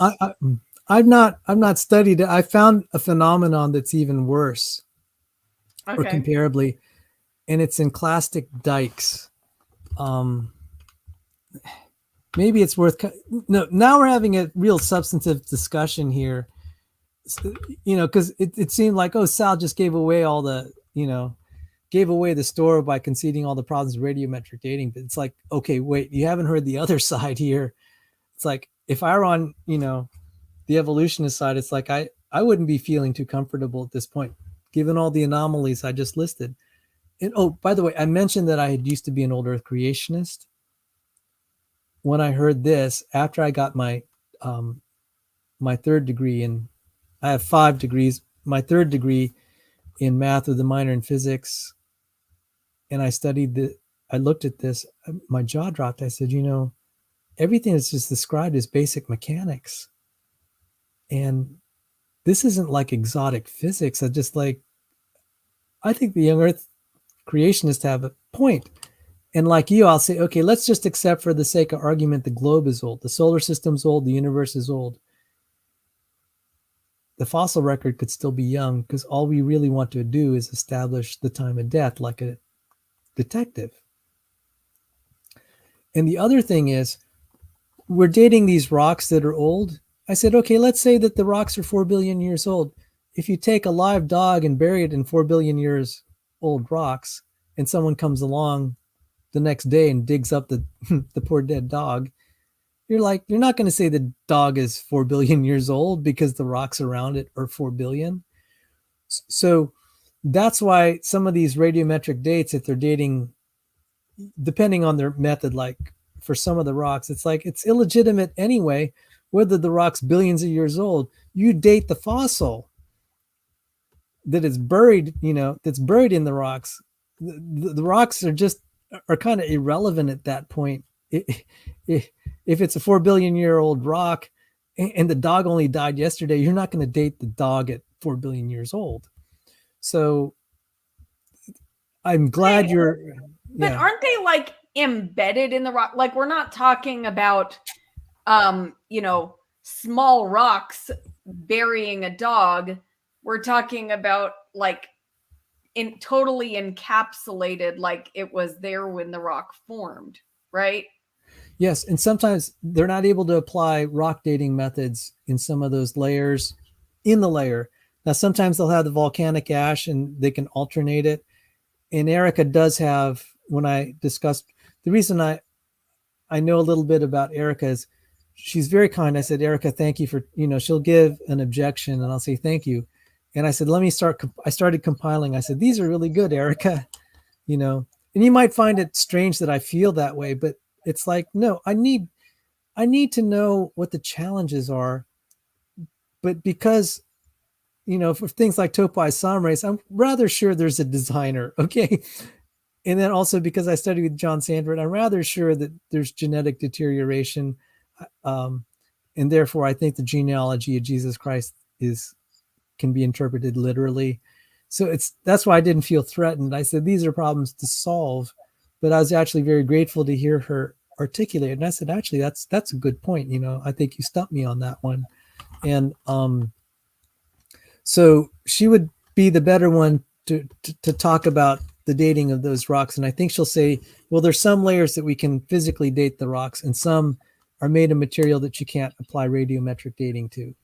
So to answer your question, there are situations where you won't get a radiometric date with the rocks exactly that they're buried in. It might be in the layer above or below that are dated. But I mean, even with the layers that you can date, assuming that radiometric dating works, are they consistent dates between all the methods? Are they, does this work? I mean, does this actually work with the geologic column? I'm not talking about does radiometric dating work with the parent element daughter element. I'm just saying, does it work with the geologic column? She will find some examples. She found one that really stumped me. And I had to say, that's pretty good, Erika. But what I would say is that has to be balanced. For every good example, how many of them are bad, or you suspect that they've not reported the misfires? Because there's been researchers that have been pressured not to report things because it doesn't agree. And we do know that. So it's like what ends up happening, and this is one case where academia dominates, and if you have something anomalous, you can't report it. So there is one fossil that had bacteria in it that it looked like modern. The fossil was dated 200 million years ago, but the bacteria looked modern and it should have evolved by now. And there's been a big debate about that because the evolutionists will say, well, that's clearly contamination because this would violate evolutionary theory, and we know it's true, so we disregard it. And of course, the chemists would say, no, our methods were very, very careful. We've isolated, so they had bacteria, I think, in salt crystals that are 200 million years old, and I have a paper on that. I've just been laughing. Oh, wow. Okay, yeah. I'd like to see that. Mm-hmm. Okay, let me, paper. Ancient bacteria. But you see how much that one paper got out. How many more papers are there that are getting suppressed because people will just say, no, that's, That doesn't agree. That can't be right. And it's the same thing with the C14. They're disregarding all these dates. And it's kind of hilarious because it's all over the place. You have all these ancient coals that are indicating youth, and no one knows what to do with it. They'll say, oh, we just don't have precise enough instruments, that it's just a mess. And that's a standard talking point, but it's not really accurate. In some cases, it's kind of borderline dishonest, because our machines are capable of counting, and they just don't like they don't want to come to terms with the possible explanation that the C14 is there because the Earth is youthful. But there was a picture I wanted to show you. It wasn't about the ancient bacteria. We're talking about. Oh, you're Geologic muted. column. Yeah, we were talking about the geological column. Maybe it'll come to me. You were like, there's one more thing. Like, maybe you were like, there was one more thing about young Earth stuff related to geology or. Oh, Clastic Dikes. Hang on. Yeah.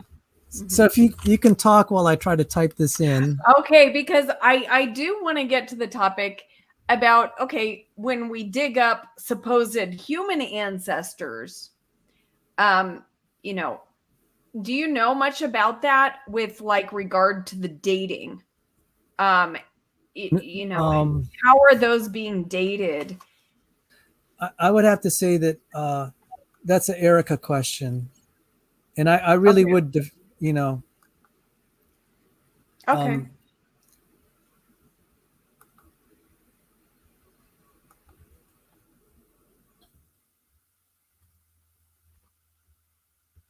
Let me see. I think this Clastic Dike is really powerful. I threw this up. People were kind of beating me up on young Earth, and then I threw this diagram up. They folded. Clastic Dikes. Oh my goodness. See if I could find it. This is a great article. See if I could find it.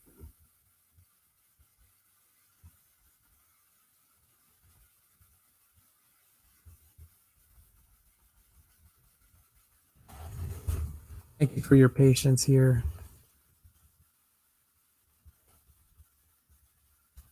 And I'll just say hi to the people in the chat. Hi, Godzilla Freak.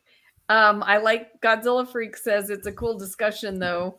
Thank you for being here, and I'm glad you're enjoying it. Saint Beloved, I like that name. That's really cool. Andrew Graham, are there any strong arguments for evolution's foundation? That would be a good question to ask later. Tony Maurice, did you find it, Sal? Yes. Okay, cool. All right. This is a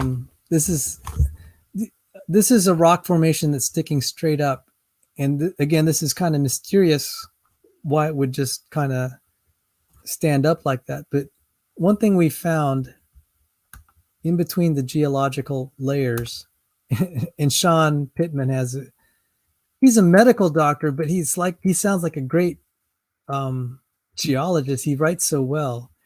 So you could see these, here it's a Clastic Dike that's just sticking up in the air, but we see them inside the geological column.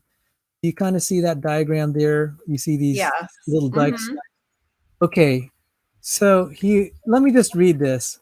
Clastic dikes are found in many places throughout the geological column, such as the K something basin. A clastic dike is formed when a layer of liquefied sediment squirts up into a overlying layer or layers of sediment. And he says, see the diagram.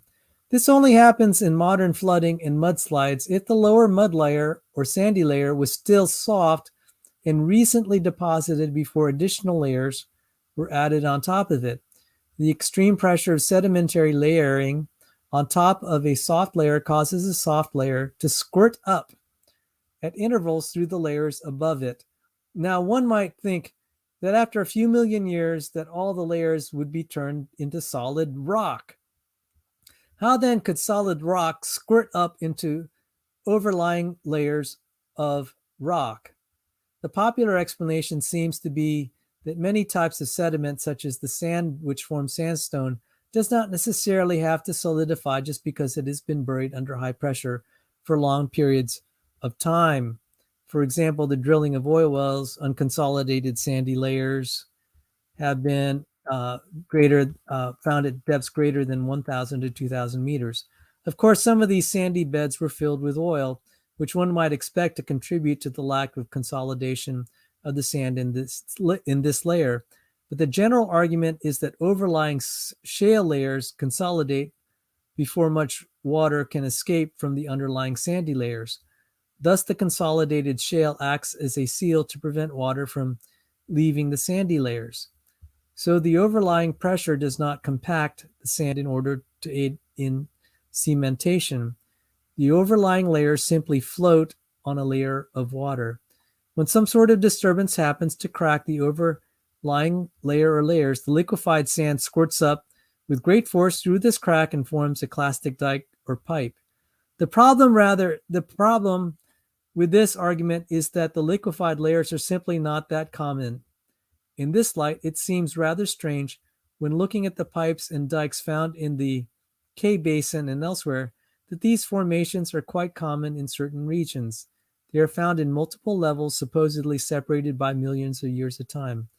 And some of them even have central cores of clay arising from a layer of shale. How can a layer be preventing liquid water from getting through from the underlying layers if it is itself still unconsolidated? What's so special about these areas that layers after layer of sediment retains the ability to squirt up into overlying layers? To include those layers made out of silt as well as sand. Really now, it seems a much easier explanation would be that the layers were in fact formed rapidly, one on top of the other, while they were still soft. So I went at length Wow. to give the other side, but I'm like, okay, I just look at that. I'm just like, yeah, Sean, you got a good point. Why is it going to suddenly, you see some of them squirting up through several layers. What would trigger that? I mean, to me, I like his explanation because if you had those other layers on top that were hard, why is it going to squirt up? I mean, I think he has a good point. And I threw that on the table. The other side shut up real fast. They said, "Oh, I haven't studied anything like that, so I can't comment." Um, so it's Wow. Mm-hmm. but again, the whole fossilization process. When I saw a video with Joel Tway, it only took 2 minutes. He said, how did these things fossilize? They have to be buried pretty fast, including the dinosaurs. And Right. like, some of these dinosaurs are huge. That's going to have to be some cataclysmic event to cover it that quickly.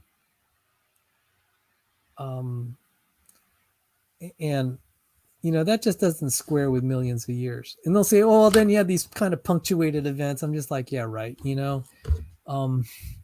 That seems like special pleading. So those are kind of my defenses for a young fossil record.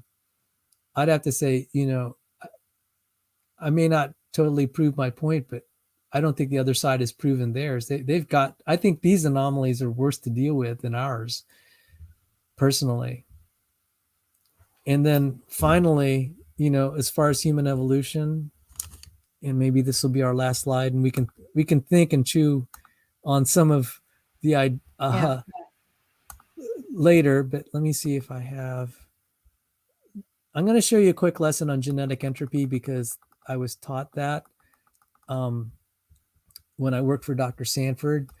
I have some it's not taught very well by anyone on YouTube.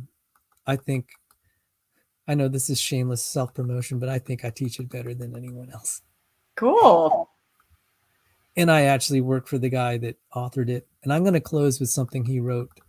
But, my slides are so slow because I have so many. But But if I can get to the right slide, let me see. Let me try to do this quickly because I don't want to wear you down. Oh, it just turned New Year in the Central Time Zone. So Happy New Year, anyone who's watching from Central Time Zone. But I'm in Mountain Time. yeah, we'll just have to hang out for another hour, okay? Oh, I'm planning on being asleep at midnight. Okay. Let's see if I can get this to. Let me stop the current slideshow. See if I can stop it. Okay, while you're doing that, Greenie asked, have you checked into the 2016 convention at the Royal Society of London where the topic of Darwinism's new problems? Yeah, I've heard the intelligent design people talking about that quite a bit. I kind of keep up with the Discovery Science videos and that kind of stuff, and so I have heard them mention that. And yeah, but I'd like to read something official from that, so that way I could actually present that in a video or something. Well, I'm learning the hard way that this is not moving too quickly. So we can save it if you want to. We've had a really good substantive discussion, so yeah. Well, let me just try to summarize the genetic entropy argument if I'm not able to get to the right slide. Let me just try one more time, Rebekah. Okay, please. Sure. Okay, so I have to get to slide number 95. I think I could make it. It's just going to be slow getting there. Oh, thank you. See, we got people that are enjoying this from other countries. Peter, I believe, is from another country. Cool. Thank you, Peter. So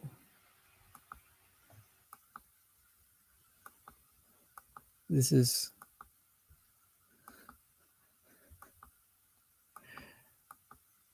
I'm getting through my topoisomerase slides and the nuclear import-export. These are my ID slides. So these are like 6 hours worth of slides. And wow. Well, we should go through those sometime on examining evolution. Yes. Okay, I'm getting close. Okay. Here are the slides. Okay. Cool.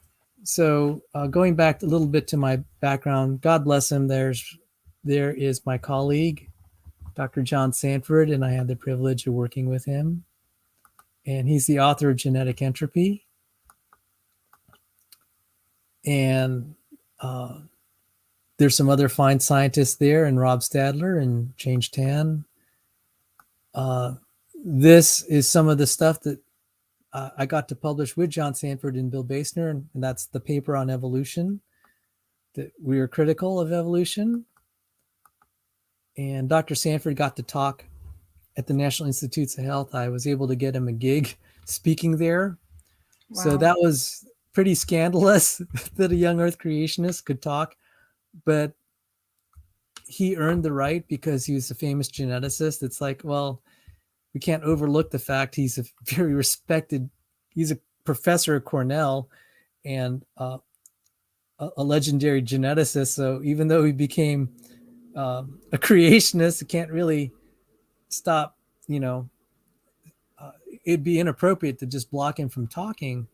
And he talked about everyone's acknowledging that the genome is deteriorating. Every major geneticist. So I asked evolutionary biologists, I said, do you know any major geneticist that thinks our genome is improving? And you just get silence. So that's the first evidence. Wow. We're deteriorating. Our IQ is deteriorating. And one evolutionist said, At least 30% of individuals with autism spectrum disorders appear to acquire such behaviors by de novo mutations. That's new mutations. So he goes on to say that we are deteriorating. They'll attribute it to technology, but I'll show why that's, we're getting sicker and dumber. So how is it that survival of the fittest can, let's just accept that it's true. How can it be that we deteriorate? So I'll illustrate this. So here are 10 individuals that I put in 2 rows, but they're 10. And you could see 2 of the individuals have a birth defect. So let's apply survival of the fittest, and we'll have the Terminator, hasta la vista, baby. He's going to terminate the ones with the birth defects. All right. That's just a little humor there about natural selection. Yeah. So then you have the survivors, and the survivors will reproduce. They're the ones that are the fittest, and the population is in good shape. But what happens if all of them have at least one birth defect? What do you do then? You can still pick the fittest, but you'll end up wiping them all, Oops, sorry. I pressed the wrong button. So I'll go here. Sorry, apologies. It's okay. So if you have them all defective, the genome's going to decay. You can't kill them all. So let me simulate what happens. And this is a very simplified explanation here, and I give all the caveats, but it's just to illustrate something. So let's say we start off hypothetically with no mutations, the ancestor, and then the ancestor has the next generation of kids, and the numbers indicate the number of mutations. And since most mutations... is this calculated? Like, is this something we have actually observed? Like the Yes. Okay. Yes, the estimate, I used the estimate of 80 by an evolutionist, that we have 80 mutations. The question is whether they degrade the genome or not, and that's where I had to do some just reporting type research of the research that other people have done. But a lot of the, and this is why they want to say that the genome, the evolutionists want to say it's mostly junk, because if it's not, then almost 100% of the mutations that occur have some effect in deteriorating the genome. Just like when you're driving a car, you may not notice that your tire has worn out after you've even driven 100 miles, but after you do it for like 30, 40,000, you've slowly worn it down. And I would argue that the entire genome is somewhat like that. It can tolerate a little bit of change in some parts, just like a tire. But after too many of these, it's just unrecoverable. There are hot spots in the genome that, so to speak, there are critical spots. If you even change one base pair out of 3.3 billion, it could be devastating. I've seen some of the effects of that. So there's some parts that are tolerant, some that are not. So I'm glad you asked. That was a great question, by the way, Rebekah. Were these hypothetical numbers? No. 80 wow. Is like that. That's a defensible figure. But when we say that the average number of mutations is 80, that means some individuals may have 60, some 100. The distribution of that's a little bit complicated. It's usually not, it'd be rare you'd get someone that only 60 or as many as 100. But let's just say hypothetically you got one that had 60. He still has 60 more mutations than the parent. So the parent dies, who's the healthiest, and the best of the defective children goes on to be the next generation. And he goes on to reproduce and adds another 80 mutations on average. And let's select the best. The survival of the fittest here. So actually what happens is the most medically fit or genomically fit is actually the parent, but he dies. And we just repeat this process through several generations. And let's fast forward to 1 million generations. You just have 60 million mutations. How is this? How can we evolve upward in the face of this? And that was the beginning. That really started to that really got to me as far as the young earth, or at least not the young earth, but the young fossil record and the young humanity, because even a secular researcher is saying, well, we can only live like a few 100,000 more years. And he had a graph, and this is an Oxford. This is not a creationist. This is an Oxford, a famous Oxford geneticist. And he's talking about, I have this diagram by Brian Sykes in his book. He's talking about the decline of fitness over these generations. And it looks like a diagram out of John Sanford's book. Oh, Brian Sykes. I think he wrote like the 7 Daughters of Eve or something like that. Yes. Is it? Yeah. And he also wrote the Adam's What is the Curse. book you just held up? Okay. All right. Awesome. Yeah. So I would say, I got to say, for the evolutionist, I'd say, this is bothersome to me. How could we have evolved if our genomes are deteriorating? Now they'll come up with this is what our paper was about. The one that I published in Springer Nature was that their definition of fitness is so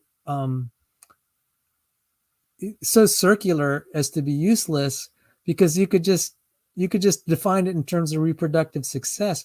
And I pointed out on the internet, I have papers that say, well, very intelligent women don't have kids. There's a lot of them that don't. And what that means is women of average or below average intelligence make all the babies. And people that have studied this said, well, that means we're all going to get dumber. And it's like, yeah, natural selection is favoring loss of intelligence, probably loss of complexity in other dimensions. And I said, so natural selection is not going to save you. And I said, the thing is they've redefined the meaning of fitness to mean even the bad. So they could say that our genome's not deteriorating because we're making more babies. And just like, well, yeah, our population has grown, but do you think we're healthier than our ancestors? And most people will say no. So that is what moved me more in the direction, I think, oh my God. And I don't mean that disrespectfully. It's like, oh my God, you're real.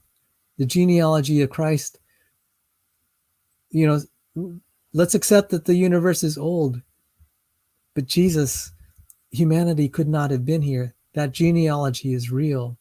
And so during the Christmas season, as I think on the genealogy of Christ, I said, he's real. Luke is the inspired word of God, including the rest of the Bible, but that's my favorite passage in the Bible. People ask me, what's your favorite chapter? Passage? I say Luke chapter 3, that genealogy, because that pins it historically. So let me just share what Dr. Sanford in his book Genetic Entropy. It's a beautiful ending. It's a good way to end this. So before I share that, if you have any thoughts, Rebekah, because this is such a beautiful ending to his book. Yeah, this has been really wonderful. And I want to read Dr. Sanford's book. I'm going to try to get a copy of it. It'll be a headache, but I presented the easy version. And I think mine is. Okay. I'll stick with your version then. Mm-hmm. All right. I'll read it. I'll read his closing thoughts.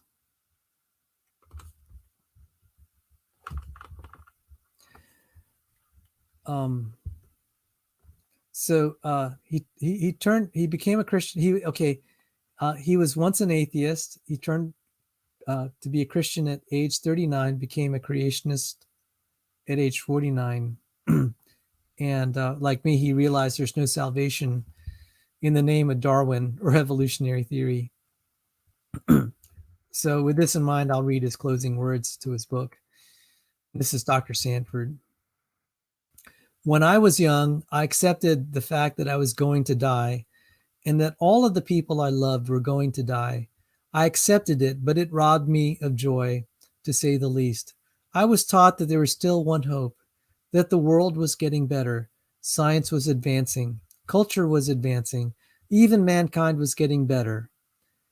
Through our efforts, we could make the world a better place. Through evolution, we could evolve into something better. Through progress, we might eventually defeat death itself. Perhaps we might someday even reverse the degeneration of the universe. My personal hope was that I might, in some small way, contribute to such progress. I believed that this basic hope was shared to a large extent by my entire generation. One of my reviewers told me that the message of this book is both terrifying and depressing. He suggested that perhaps I am a little like a sadistic steward on board the Titanic, gleefully spreading the news that the ship is sinking. But that is not correct. I hate the consequences of entropy, degeneration. I hate to see it in my own body, in the failing health of loved ones, or in the deformity of a newborn baby. I find it all absolutely ghastly, but absolutely undeniable.